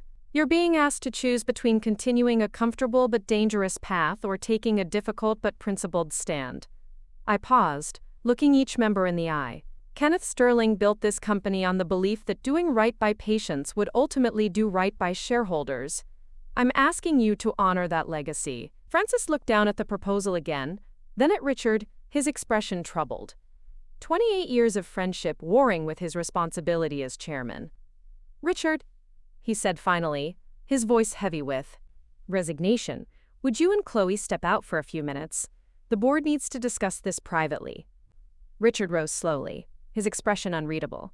a complex mask of emotions. Before you make any decisions, remember that I've devoted my life to this company. Everything I've done has been to ensure its success. Including firing your wife and manipulating clinical data? Francis asked quietly, his voice cutting through Richard's self-serving narrative. Richard had no answer for that. He and Chloe left the room in silence, the door closing firmly behind them, sealing them out of the unfolding drama. Once they were gone, Francis turned to me, his shoulders slumping slightly, the weight of the past hour visibly settling upon him. You could have revealed all this the moment you discovered it. Why wait until now? Why let yourself be terminated first? The question cut to the heart of my strategy, probing the calculated risk I had taken. Because exposing the issues without having solutions in place would have damaged Sterling beyond repair, I answered honestly, meeting his gaze. I needed time to secure the evidence, develop the alternative formulation, and prepare the transition plan. And most importantly, I needed Richard to take an action that would trigger the share conversion clause, giving me the authority to implement these changes. It had been a calculated risk, letting Richard believe he was removing an obstacle while actually giving me the very power I needed to save the company from his compromised leadership. You sacrificed yourself to save Sterling, Odette said with newfound respect, a glimmer of admiration in her eyes. Not sacrificed, I corrected her, a subtle correction. Strategically positioned, there's a difference. As the board began their private deliberations, I stepped out into the hallway with Marcus and Dr. Petrova. The executive floor was eerily quiet. Word of the emergency meeting had spread, and most employees were keeping their distance, unsure of what was unfolding in the boardroom, sensing the seismic shift occurring behind closed doors. Richard and Chloe were nowhere to be seen, likely retreated to his office to develop their counter-strategy, to try and salvage something from the wreckage. For the moment, we had a brief respite to gather our thoughts. You did well in there, Marcus said, squeezing my arm gently, a rare, uncharacteristic gesture of warmth. They're listening. Dr. Petrova nodded in agreement. Francis's face when he saw the original data, I don't think he had any idea how severe the manipulation was. I leaned against the wall, suddenly feeling the full weight of the past 6 weeks. The strain of maintaining appearances while gathering evidence. The sleepless nights developing the transition plan. The emotional toll of watching my marriage crumble while fighting to save the company we'd built. It all crashed over me at once, a wave of exhaustion. I couldn't have done this alone, I said quietly, genuinely. Not any of it. And it was true. While Richard had been systematically isolating me professionally, I had been building a network of allies who shared my concerns about Sterling's direction. People whose loyalty was to the company's mission, rather than to Richard personally. Dr. Petrova had been the first, providing crucial scientific expertise and access to the researchers who had developed Orion. Marcus had been my legal lifeline, helping navigate the complex implications of Richard's actions and my ownership stake, always with that razor-sharp mind and encyclopedic knowledge. But there were others who had formed my support system during this crisis. My thoughts turned to Genevieve from marketing, who had come to my office 3 months ago, visibly distressed after being instructed to prepare materials that overstated Orion's benefits while minimizing potential side effects. I don't feel right about this, Vivian, she had confided, her voice barely a whisper, but I was told the directives came straight from Richard, and questioning them would be unwise. Instead of dismissing her concerns, I had listened carefully, asking her to document the specific requests and forward them to me for, quote, coordination purposes. Those documents now formed part of the evidence, showing the systematic nature of the deception. Then there was Marcus from Regulatory Affairs, a veteran employee who had been with Sterling since the early days. He had approached me at the company picnic last month, carefully steering me away from the crowd, his voice low and urgent. There are inconsistencies in the Orion submission package, he had said, data that doesn't match what I saw in preliminary reports. When I raised questions, Chloe intervened and said she would handle all Orion-related communications personally. His testimony, recorded discreetly in Marcus's office, provided crucial context about how normal oversight channels had been circumvented. Even Ian, though officially part of the executive team, had subtly aided my efforts. After our quarterly budget review meeting, he had lingered behind, closing the door before speaking. "The financial projections for Orion seem optimistic," he had observed carefully, "and the contingency reserves for potential adverse events have been reduced below our standard protocols." His willingness to highlight these discrepancies, however obliquely, had helped me track the paper trail of decisions leading to the current crisis. "Vivian," Marcus's voice pulled me back to the present. "Are you all right?" I nodded, straightening my posture, taking a deep breath. "Just thinking about everyone who helped us get here. Their courage made this possible." "Kenneth would be proud," Dr. Petrova said softly. "He always said you were the heart of Sterling, the one who truly understood what the company was meant to be." Kenneth, his absence felt particularly acute today. He had been more than a mentor to me. He had become a second father, guiding my development as a business leader, while Richard focused increasingly on external recognition. Our monthly dinners, continued even after his official retirement, had been filled with discussions about pharmaceutical ethics, leadership challenges, and the future of medicine. Kenneth had seen the changes in Richard before I had allowed myself to recognize them. "Power reveals character. It doesn't change it," he had told me during our last dinner together, just weeks before his death. "Richard's ambition was always there, Vivian. It was once tempered by your influence and my oversight. I worry about what happens when those guardrails are gone." At the time, I had defended Richard, attributing Kenneth's concerns to the natural caution of age. Now I recognized the wisdom in his warning and his foresight in ensuring I would have the legal protections I needed when the moment of crisis arrived. My phone buzzed with a text from Francis. "Board ready for you now." As we turned to re-enter the boardroom, we encountered Richard and Chloe coming down the hallway, their expressions a stark contrast. Richard's was grim, etched with a desperate determination. Chloe's was a mask of barely controlled panic. "The board has requested we all return," I said neutrally, my voice betraying no emotion. Richard nodded stiffly, his eyes narrowed. "This isn't over, Vivian. You may have planned this ambush well, but there are aspects of the situation you haven't considered." "I've considered more than you realize," I replied quietly, my gaze unwavering, "including what happens after today's decision." For a moment, standing face to face with the man I had loved for 28 years, I felt a flicker of the connection that had once bound us together. Two brilliant young professionals with shared dreams and values. When had we diverged so completely? At what point had Richard decided that success justified any means necessary to achieve it? The door to the boardroom opened, and Francis beckoned us inside, his weary gaze acknowledging the gravity of the situation. The moment for reflection had passed. Now we would face whatever decision the board had reached. "Wamali toi adviwe." As we took our seats, I noted that the board members' expressions had shifted. The shock and confusion from earlier had been replaced by a collective resolve, a steely determination. Francis, in particular, seemed to have aged years in the past hour, the weight of his responsibility evident in the deep lines around his eyes. "We've reviewed the evidence and discussed the options thoroughly," he began, his voice steady despite the lingering tension in the room. "This is, without question, the most difficult situation our board has faced." He turned to Richard, his gaze unwavering. "We've also heard your perspective on the Orion data and the decisions you made regarding its presentation to the FDA." Richard straightened in his chair, a flicker of defiance returning to his eyes. "I maintain that my actions were within acceptable industry parameters and in the company's best interests." Francis shook his head slightly, a gesture of profound disappointment. "The board disagrees. The manipulation of clinical data crosses ethical and legal boundaries that Sterling has always respected, even when competitors did not. It was Kenneth's founding principle that our medications would stand on their genuine merits, not marketing spin or selective data presentation." Chloe started to interject, a desperate sound escaping her lips, but Francis raised his hand, a silent command for her to be silent.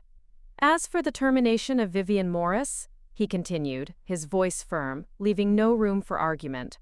The board finds that it was executed without proper cause or consultation, apparently motivated by personal conflicts and the desire to remove oversight of the Orion process. Richard's jaw tightened, a muscle clenching visibly, but he remained silent, the fight draining from him. Therefore, Francis said, his gaze sweeping the room, his voice gaining strength with each word, the board acknowledges Vivian Morris's conversion of shares to voting status as valid under the terms of the original agreements. As majority shareholder, she has the authority to direct the company's immediate actions regarding both Project Orion and leadership structure. It was as definitive a victory as I could have hoped for, validation not just of my legal position, but of my ethical concerns as well. Yet, I felt no triumph, only a profound sense of responsibility for what came next. The board further recommends, Francis continued, that we implement the transition plan Vivian has presented, with certain modifications to timing and public communications that we've outlined here. He slid a document across the table to me. I scanned the annotations quickly, minor adjustments that preserved the core elements while accelerating the FDA disclosure and adding more detailed shareholder communications. The board had not only accepted my plan but strengthened it, demonstrating a renewed commitment to integrity. "Thank you," I said, looking up at the assembled board members. "I accept these recommendations and am prepared to begin implementation immediately." Richard's expression had gone completely blank, the practiced neutrality of a man accustomed to concealing his thoughts in high-stakes negotiations. But Chloe was less controlled, her fingers gripping the edge of the table until her knuckles whitened, her face a mask of pure desperation. "You can't possibly expect this transition to be successful," she said, her voice sharp with panic. "Richard built relationships with investors, researchers, regulators. They trust him, not you." I met her gaze steadily, my voice calm but firm. Those relationships were built on Sterling's reputation for integrity, a reputation we're now fighting to preserve. And contrary to what you might believe, many of those connections were actually my work, not Richard's. The personal dynamics that had brought us to this point, the affair, the betrayal, the planned engagement announcement, suddenly seemed secondary to the larger issues at stake. This wasn't about my marriage anymore. It was about the future of Sterling Innovations and the patients who depended on our treatments. "What happens now?" Richard asked, his voice carefully neutral, a final attempt at control. Francis answered before I could. "The board will announce your resignation as CEO, effective immediately." Resignation? Richard's voice was dangerously quiet. The controlled facade he had maintained throughout the meeting finally cracked, revealing the raw anger beneath. "After 28 years, you expect me to simply walk away?" "Not empty-handed," Francis clarified. "The severance package is generous considering the circumstances." Odette slid a folder across the table. Richard made no move to take it, his eyes fixed on Francis with an intensity that made several board members shift uncomfortably. "I built this company," he said, each word precise and clipped, "from a warehouse laboratory to a global pharmaceutical leader, and you're casting me aside based on one person's accusations." "Based on documented evidence," Francis corrected firmly, his voice unwavering. "From multiple sources."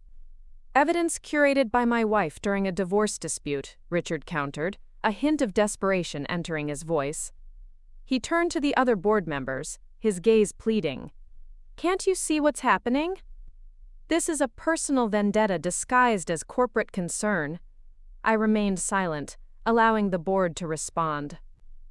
Richard's attempt to reframe the situation as a marital dispute rather than an ethical breach was predictable and ultimately futile, given the extensive documentation. "The evidence stands on its own merits," Ian stated flatly, his voice devoid of emotion.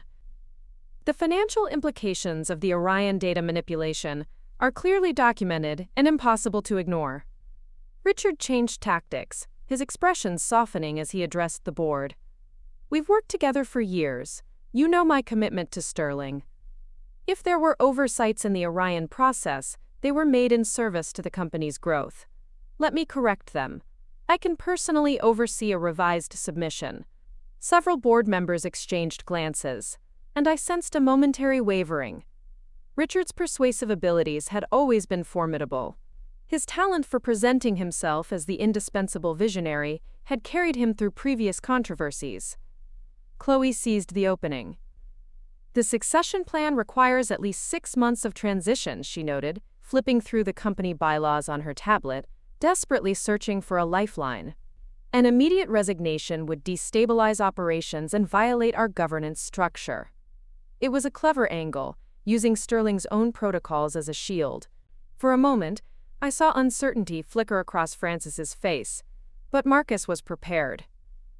The bylaws provide an exception in cases of ethical breaches, he countered smoothly, his voice cutting through Chloe's argument with surgical precision. Section 18, paragraph 4, specifically addresses leadership transitions when integrity issues are involved. Chloe's expression tightened. She hadn't anticipated Marcus's encyclopedic knowledge of the governance documents she herself had drafted decades earlier, perhaps even with his legal assistance during their marriage. Richard changed tactics again, turning to address me directly for the first time, his tone softening to the one he'd used countless times during our marriage when trying to resolve a disagreement. "Vivian," he said, his voice laced with a false sincerity, "we built this together. Whatever personal issues have come between us, destroying everything we've created isn't the answer." It was a masterful attempt at emotional manipulation, invoking our shared history to bypass the ethical issues at hand. For a fleeting moment, I felt the pull of 28 years of partnership, remembered the idealistic young scientist who had once valued truth above all else. "This isn't about destroying what we built," I replied quietly, my voice firm but without malice. "It's about preserving it. The Richard I married would never have compromised patient safety for faster approvals or quarterly bonuses." Something flickered in his eyes. Perhaps recognition, perhaps regret. But it vanished quickly, replaced by cold calculation. "If you force this," he said, his voice low enough that only I could hear, "I'll fight it with everything I have. The disclosure will be public. Our personal issues will be exposed. Your inheritance, our history, all of it will become fodder for financial blogs and industry gossip." It was his final card, the threat of mutually assured destruction, a messy public battle that would damage Sterling regardless of who ultimately prevailed. Before I could respond, the boardroom door burst open. A young woman from the IT department, Sarah, I recalled, entered with a tablet in hand, her expression urgent, her eyes wide with alarm. "I'm sorry to interrupt," she said, glancing nervously around the room, sensing the charged atmosphere. "But there's something the board needs to see immediately." Francis frowned at the interruption. "We're in the middle of a critical meeting." "I know, sir," Sarah replied, her voice steadying with resolve. "But someone is attempting to delete server files related to Project Orion. The system flagged it as unusual activity because it's accessing archived data from multiple secure directories simultaneously." All eyes turned to Chloe, whose tablet was still open before her. Her fingers froze above the screen, color draining from her face, her eyes wide with terror. "The deletion commands are coming from an executive access point," Sarah continued, glancing at Chloe's tablet, confirming the obvious. "The system log shows the credentials being used belong to—" She paused, checking her notes. "Chloe Miller." The room fell silent. Chloe's unauthorized attempt to delete evidence during the board meeting itself was a devastating development, one that transformed any lingering doubts into certainty. "Is the data being preserved?" Odette asked sharply, her voice cutting through the stunned silence. Sarah nodded. "Our security protocols flag and halt unusual mass deletions. I've locked the relevant directories pending leadership authorization, but I thought the board should know immediately." "Thank you, Sarah," Francis said, his expression grim, his disappointment profound. "You did exactly the right thing." As Sarah left, closing the door behind her, Chloe looked desperately to Richard, her eyes pleading for help. "I was just securing sensitive information," she attempted weakly, her voice thin and reedy. Standard protocol during leadership transitions. By deleting original research data? Dr. Petrova asked incredulously, her voice dripping with disdain. There's no legitimate reason to remove those files. Richard's expression had hardened into something I'd never seen before. Cold fury mixed with the terrifying realization that his position had become utterly untenable. His eyes darted around the room, assessing and discarding options with the rapid calculation that had made him so successful in business negotiations. Finally, he stood abruptly. I won't be subjected to this kangaroo court. If the board has made its decision, so be it, but this isn't over. He turned to leave, but Francis's voice stopped him. Richard, your resignation letter. The press release goes out in 1 hour. For a moment, I thought he might refuse. Might make one last stand. Instead, he returned to the table, scrolled his signature on the document Odette prepared, and pushed it back across the surface with enough force that it slid off the edge. Without another word, he strode from the room, Chloe hurrying after him, a desperate shadow. As the door closed behind them, the tension in the boardroom visibly eased. Several members exhaled audibly, as if they'd been holding their breath throughout the confrontation, finally able to release the suffocating anxiety. That could have gone worse, Ian observed dryly, a weak attempt at humor. It still might, Marcus cautioned, his voice grave. Richard won't surrender control without a fight. The attempted data deletion was likely just the first countermove. He was right. Richard was resourceful, connected, and now cornered. A dangerous combination. His parting words hadn't been empty threats. They'd been a declaration of intent. Francis turned to me, his expression troubled. What do you think he'll do? I considered the question carefully. I had known Richard for 29 years. Had loved him, worked alongside him, watched his transformation from idealistic scientist to compromised executive. If anyone could anticipate his next move, it would be me. He'll try to rally support from major shareholders, I said finally. Present himself as the visionary being ousted by bureaucrats who don't understand the realities of the pharmaceutical industry. He has close relationships with several institutional investors who might be persuaded to pressure the board. And Chloe? Odette asked, her eyes still narrowed in disgust. She'll focus on damage control, I replied, reaching out to contacts in regulatory affairs, attempting to control the narrative about the Orion data. Her network in the industry isn't as extensive as Richard's, but she's built strategic relationships over the past few years. We need to move quickly then, Francis decided, his voice firm, regaining his authority. Implement the transition plan immediately, beginning with the FDA disclosure and the press announcement about leadership changes. As the board began discussing implementation details, my phone buzzed with a text from an unknown number. I glanced down discreetly. You've won the battle, but not the war. Check your home security system. C. A cold knot settled in my stomach. The threat was clear. Richard was escalating beyond professional retaliation to personal intimidation. The man I had married, the father of the children we had hoped for but never had, was now threatening me directly. I showed the message to Marcus, whose expression darkened. We should contact the police, he murmured, his voice tight. Not yet, I replied quietly. Let's see what he's actually done first. Whatever Richard was planning, I needed to be prepared. The confrontation was moving beyond the boardroom to a more personal battlefield, and the stakes were escalating from professional reputation to potentially my safety. The board meeting continued, focusing now on implementing the transition plan. I tried to concentrate on the discussion, but Richard's threatening text kept pulling my attention away. What had he done to our home? Was it merely an intimidation tactic, or something more concrete? Vivian, Francis's voice broke through my distraction. We were discussing the press release language. Do you have a preference on how your role is described? I refocused on the matter at hand. Let's keep it simple and forward-looking. Vivian Morris, co-founder and majority shareholder, will assume the role of interim CEO while a search committee identifies a permanent successor. Not interested in the permanent position? Ian asked, surprised. My priority is stabilizing Sterling and addressing the Orion issues, I replied. Long-term leadership decisions can wait until we've navigated the immediate crisis. As the discussion continued, Marcus quietly excused himself. stepping into the hallway with his phone. When he returned a few minutes later, he gave me a subtle nod that suggested he had taken some action regarding Richard's threat, likely contacting security or perhaps the police. Despite my hesitation, the meeting progressed efficiently, with assignments distributed and a timeline established for the critical next steps. The FDA disclosure would happen immediately, led by Dr. Petrova and the original Orion research team.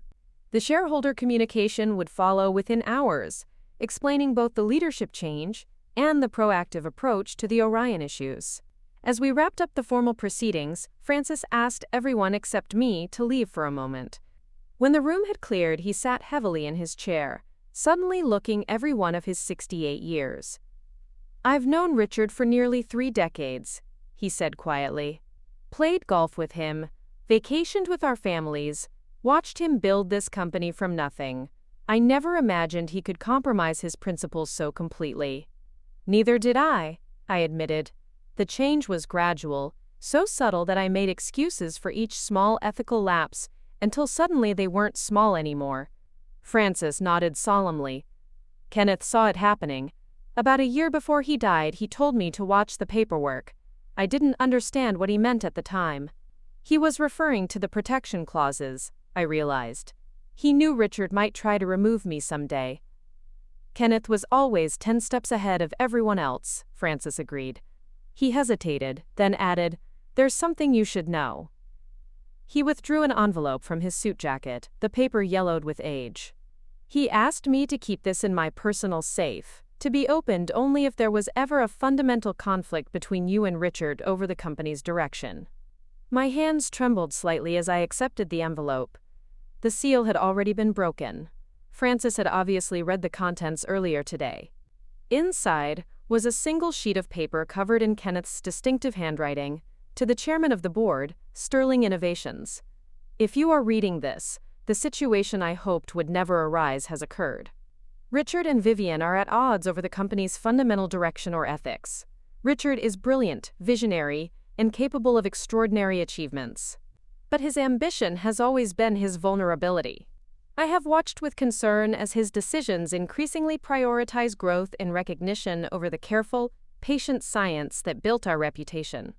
Vivian is the company's conscience, its ethical compass. She has been the silent force behind many of our most important initiatives, often without recognition or credit. Her judgment in matters of corporate responsibility has been unfailingly sound. The legal protections I insisted upon for her ownership stake were not mere technicalities, but essential safeguards for the company's soul. If these protections have been activated, it is because they were necessary. My final directive as founder: in any conflict between profit and principle, Sterling must choose principle. The protections built into Vivian's ownership agreement ensure this choice remains possible, regardless of who holds the title of CEO. Trust her judgment. She was my finest investment. Kenneth Sterling. Tears blurred my vision as I finished reading. Kenneth's faith in me, expressed so clearly in words he'd never shared directly, felt like a posthumous embrace, a validation of the difficult path I'd chosen. He left similar letters with Marcus and the company archivist, Francis explained. He created a network of safeguards to protect what he valued most about Sterling: its integrity. I carefully refolded the letter. I'll never know if I live up to his expectations, but I'll spend every day trying. You already have, Francis assured me. He hesitated, then asked the question that had clearly been troubling him.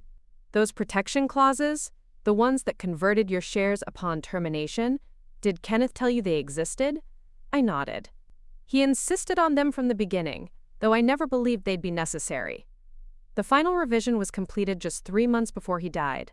He added language specifically addressing termination disguised as restructuring. As if he foresaw exactly what would happen, Francis marveled. I think he simply understood human nature, I replied, and he'd seen similar scenarios play out at other companies over his long career. There was a knock at the door, and Marcus entered with an update. I've sent security to your home, he said without preamble. They found evidence of tampering with your home office, files missing, computer accessed. The security system had been disabled using Richard's code. My heart sank. The threat hadn't been empty after all. He was looking for something specific, I guessed. Probably evidence related to Orion or the ownership agreements. Most likely, Marcus agreed. But we secured the critical documents weeks ago. Everything important is either with me or in safe deposit boxes. This was the advantage of having anticipated Richard's moves. We had protected the critical evidence long before he realized its importance. The ownership agreements, the original Orion data, Kenneth's letters, all had been secured through Marcus's careful planning. "Should we press charges?" Francis asked grimly. I considered the question carefully. A criminal complaint would further damage Richard's reputation and potentially offer additional leverage in negotiations, but it would also escalate the conflict and generate exactly the kind of publicity Richard had threatened to create. Not yet, I decided. Let's focus on stabilizing the company first. We can address Richard's actions once the transition is secure. Marcus nodded approvingly. Strategic as always, Richard will expect immediate retaliation. When it doesn't come, he'll be off balance, wondering what you're planning instead.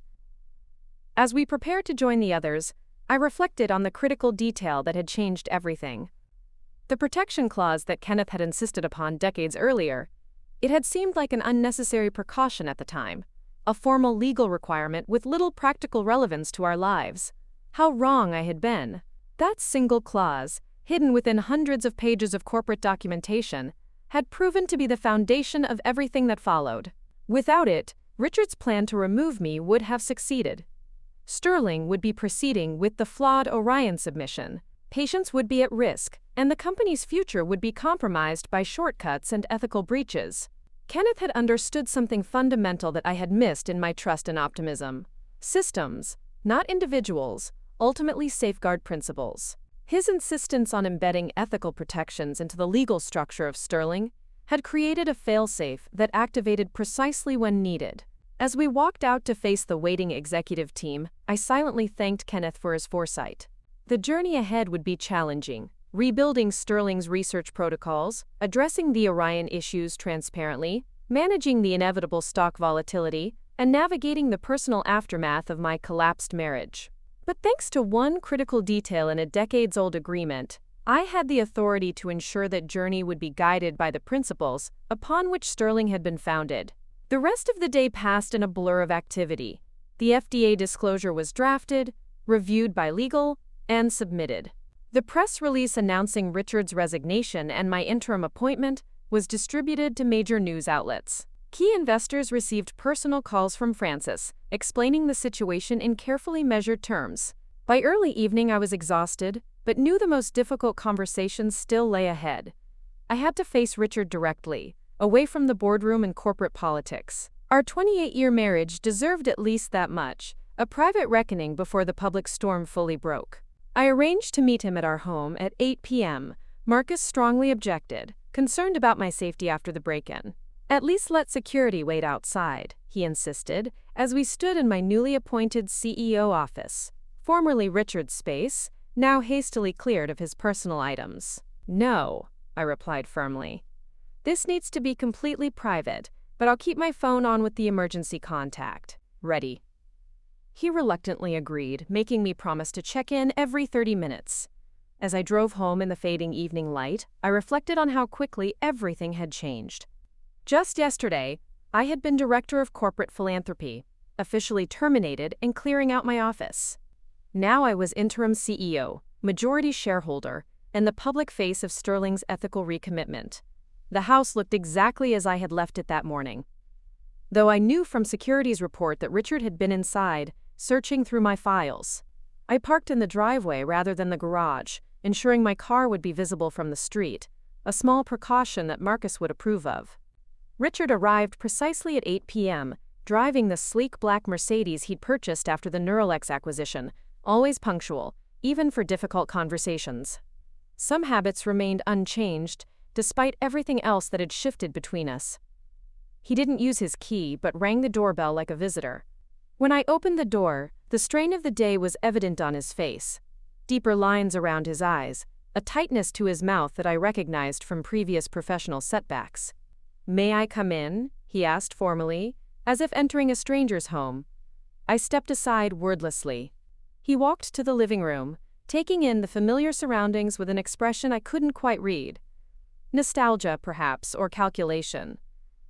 "Would you like a drink?" I offered, maintaining the strange civility between us. "No," he remained standing, refusing the pretense of casual conversation. "I came because you requested it, but I have nothing to say that wasn't already said in the boardroom." "I thought you might have questions," I said, taking a seat on the sofa, "about what happens next." "You've made that abundantly clear," he replied, his voice cold. "My resignation has been announced, my keycard deactivated, my emails redirected. 28 years dismantled in an afternoon." "Just as you planned to do to me," I observed quietly. He didn't deny it. "Business decisions require difficult choices. You understood that once." "I still do," I countered. "But there's a line between difficult choices and ethical breaches. The Orion data manipulation crossed that line." Richard paced the room, agitation breaking through his controlled facade. "The FDA submission would have succeeded. The side effects were manageable. Patients would have benefited from faster access to a breakthrough treatment." "Patients deserve informed consent based on accurate data," I replied. "You know that, Richard. You used to be the one insisting on complete transparency in clinical results." He stopped pacing, turning to face me directly. "What do you want from me, Vivian? An apology? Congratulations on your coup?" "What?" I met his gaze steadily. "I want to understand when it changed for you. When did results become more important than how we achieved them?" Something flickered in his eyes. A moment of genuine reflection before the defenses rose again. "It was gradual," he admitted finally, after the cancer drug failure in 2009. "When I watched 7 years of work amount to nothing because we were too cautious in the trial design, while competitors took shortcuts and got to market first." The pain in his voice was real. That failure had devastated him professionally and personally. I remembered holding him through sleepless nights as he grappled with the disappointment. "And Chloe?" I asked, the question I'd avoided through all the corporate maneuvering. "When did that begin?" His expression hardened.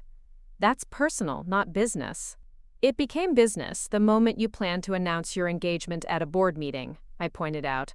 "The same day you terminated my employment." He had the grace to look momentarily ashamed. "That was poorly handled." "Yes," I agreed. "Simply, it was." An uncomfortable silence stretched between us. 28 years of shared history hanging in the balance. Outside, darkness had fallen completely. The garden lights, automatically illuminating the pathway I had designed when we first bought the house. "What do you want, Richard?" I asked finally. "Beyond recriminations and blame, what outcome are you hoping for now?" He seemed startled by the question, as if he hadn't considered options beyond fighting my takeover. For a moment, vulnerability replaced calculation in his expression. "I want my legacy intact," he answered with unexpected honesty. "I built Sterling from nothing. Whatever mistakes I've made recently, don't erase 2 decades of achievements." It was the opening I had been waiting for, the moment when Richard's personal pride might allow for a resolution that didn't destroy everything we'd both worked to build. "Then perhaps," I said carefully, "we can find a path forward that preserves what matters most to both of us." Richard's expression shifted, suspicion replacing vulnerability. "What kind of path forward?" I gestured for him to sit. After a moment's hesitation, he took the armchair across from me, the same chair where he had sat countless evenings reviewing research papers while I worked on community outreach plans beside him on the sofa. "The FDA has already been notified about the Orion data issues," I began. "That can't be undone, but how the story unfolds from here, that we can still influence." "You want to control the narrative," he observed, professional interest momentarily overriding his anger. "I want to protect what's worth protecting," I corrected. "Sterling's reputation for integrity can be restored. Your legacy as a researcher and founder can be preserved, separate from recent mistakes." Richard studied me carefully, trying to discern the trap he suspected. "At what cost?" "Your full cooperation with the FDA investigation," I replied. "Complete transparency about how and why the data was modified." No attempt to shift blame to lower-level researchers or regulatory staff. His eyes narrowed. You're asking me to fall on my sword. I'm asking you to take responsibility for your actions, I countered. There's a difference. And in return, the company acknowledges your 28 years of contributions in all communications. Your research achievements remain highlighted in company materials. You retain the title of Founder Emeritus, and we establish a research grant in your name for autoimmune disease studies. It was more than a token offer. It was a chance for Richard to salvage his scientific reputation, even as his management ethics were questioned. The Richard who had once prioritized research integrity above all else might recognize the value of such a compromise. He was silent for a long moment, weighing the proposal against his alternatives. I could almost see the calculations running behind his eyes. The likelihood of successfully fighting the board, the potential damage of a protracted public battle, the impact on his future in the industry. And what about us? He asked finally. 28 years of marriage, dismissed as collateral damage. The question caught me off guard. Throughout the day's events, I had focused entirely on the corporate dimensions of Richard's betrayal, compartmentalizing the personal heartbreak of his affair with Chloe. I don't see a path forward for our marriage, I said quietly. Not after everything that's happened. He nodded slightly, as if he'd expected the answer but needed to hear it directly. And Chloe? He asked, his voice carefully neutral. Her actions regarding the data deletion attempt are documented. Her future at Sterling is untenable, I replied. Beyond that, your personal relationship with her is not my concern. Richard leaned back in the chair, exhaling slowly. For the first time since the confrontation began, his defensive posture softened slightly. When he spoke again, his tone had lost some of its edge. I should have known Kenneth would have protected you legally, he said. He always saw potential in you that others missed, including you. I observed. Richard didn't deny it. I came to see your community work as peripheral to the real business of pharmaceutical development. I was wrong. The admission, however small, surprised me. Richard rarely acknowledged mistakes, even in private. The Indonesian Health Ministry partnership alone brought in nearly $50 million in revenue last year, I pointed out. Hardly peripheral. I know, he acknowledged. I took credit for that in my presentation to the Barton Investment Group last quarter. The casual admission of how he had appropriated my work stung, even after everything else that had happened. But it also confirmed what I had long suspected. Richard had been systematically minimizing my contributions while highlighting his own. Your phone's buzzing, Richard noted, gesturing to my purse. I checked it quickly. A text from Marcus, asking if I was all right. I sent a brief reply confirming I was fine. Your watchdog checking in? Richard asked with a hint of his old sarcasm. Just someone who cares about my well-being, I replied evenly. Something you seem to have forgotten about recently. He had the grace to look momentarily abashed. I never intended to harm you personally, Vivian. The termination was business, not... Don't, I interrupted. Don't pretend that firing me while planning to announce your engagement to Chloe wasn't designed to humiliate me. You could have handled things a dozen different ways if you'd wanted to be humane. Richard fell silent, unable to defend the indefensible. Outside, a car door slammed, and we both tensed, the momentary détente broken by the reminder that others were involved in our conflict. That's probably Chloe, Richard said, checking his watch. I told her I'd call after we spoke. The mention of Chloe's name shifted the atmosphere in the room. Whatever brief connection we had reestablished dissolved, replaced by the reality of the triangle we now formed. You should consider my offer, I said, standing to indicate our conversation was ending. It's more generous than most boards would approve under the circumstances. Richard rose as well, maintaining the careful distance between us. I'll need to review it with my attorney. Of course, I agreed. Marcus will send the formal proposal tomorrow. As we walked to the door, Richard paused, looking around the home we had shared for so many years. What will you do with the house? I haven't decided, I answered honestly. There are too many memories here, both good and bad. He nodded, understanding what I meant. For a moment, I glimpsed the man I had married, thoughtful, perceptive, capable of empathy. It made the contrast with who he had become all the more painful. "Kenneth would be proud of you," Richard said unexpectedly as he stepped onto the porch. "Standing your ground, protecting the company, even at a personal cost." Before I could respond, he turned and walked to his car without looking back. I watched him drive away, realizing that his comment represented the first sign of a fundamental shift, an acknowledgement, however reluctant, that my actions had been justified.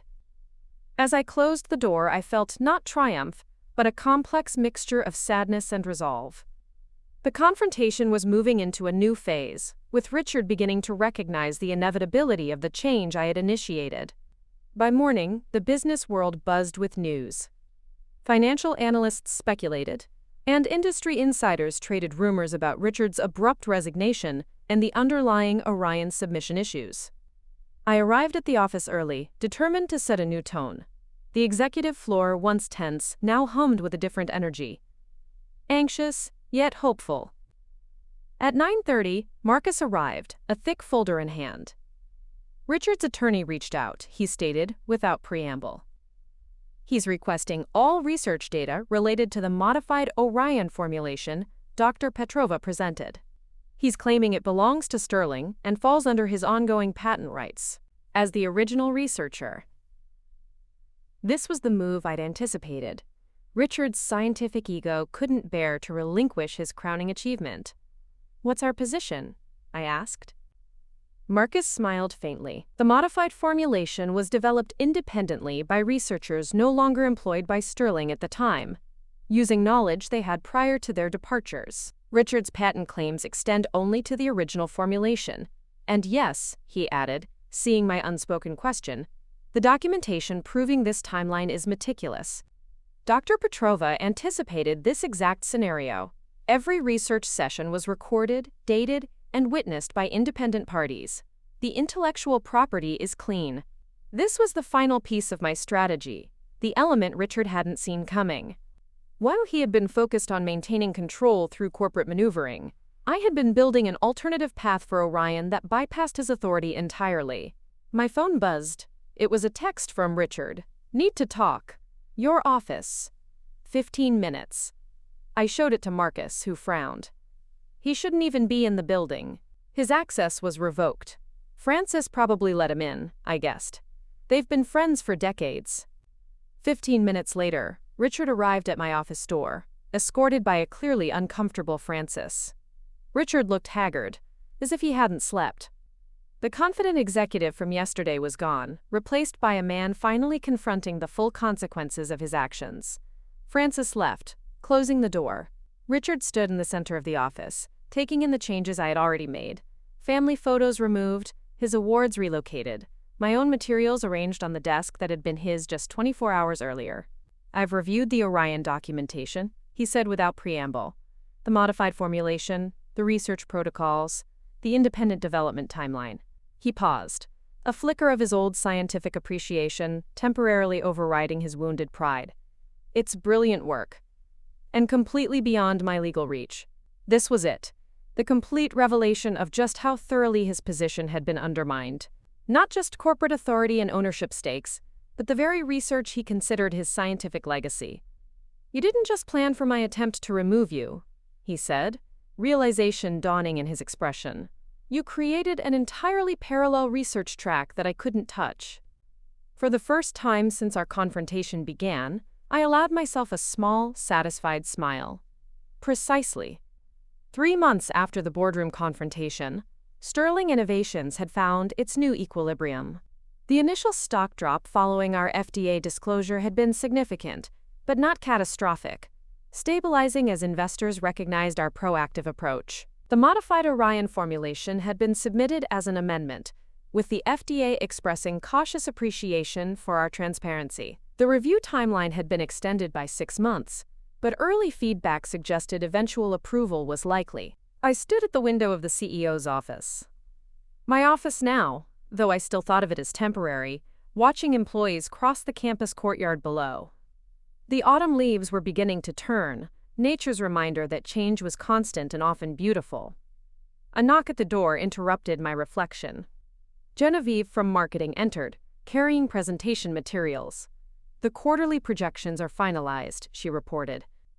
Ian says we'll exceed expectations despite the Orion delay. The Indonesian contract extension more than made up the difference. Excellent, I nodded. And the revised messaging about Richard's consultant role? She confirmed.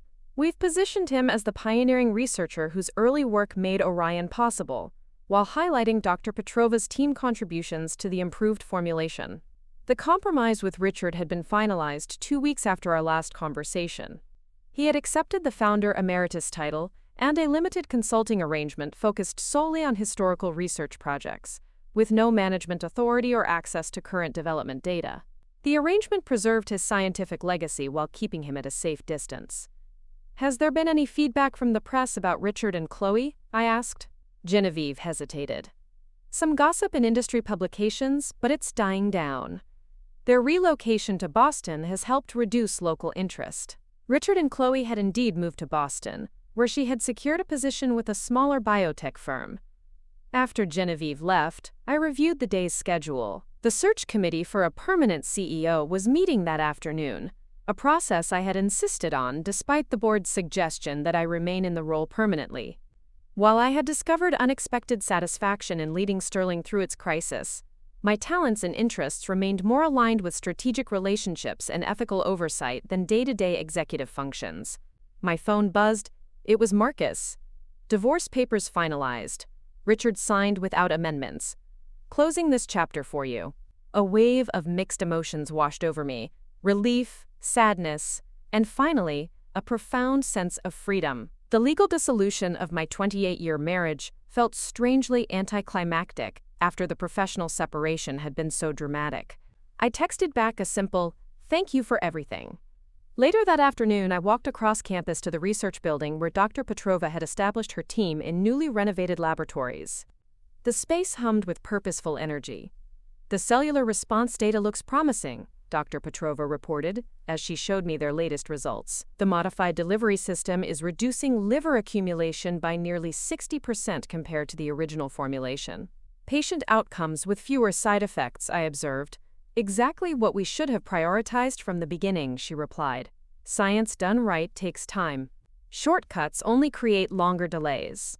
As I left the laboratory, I passed the wall where we had recently installed a simple plaque commemorating Kenneth Sterling's founding principles: science in service of patients, ethics in service of science. A daily reminder of the values that had nearly been lost in the pursuit of faster approvals and higher stock prices. 1 year to the day after Richard and Chloe had attempted to fire me, I stood at the podium in Sterling's main auditorium, addressing the assembled employees. The company had changed significantly in those 12 months. New leadership, renewed focus on research integrity, and a corporate culture that valued ethical decisions over expedited timelines. "Today marks my final day as interim CEO," I announced to the gathered staff. "The board has selected Dr. Lena Petrova as my successor, effective tomorrow morning." Applause erupted throughout the room. Dr. Petrova's appointment represented the perfect synthesis of scientific expertise and ethical leadership, exactly what Sterling needed to move forward. Under Dr. Petrova's guidance, Sterling will continue prioritizing patient outcomes over quarterly projections, I continued. The modified Orion formulation, now approved for treatment of 3 autoimmune conditions, stands as testament to what we can achieve when we honor our founding principles.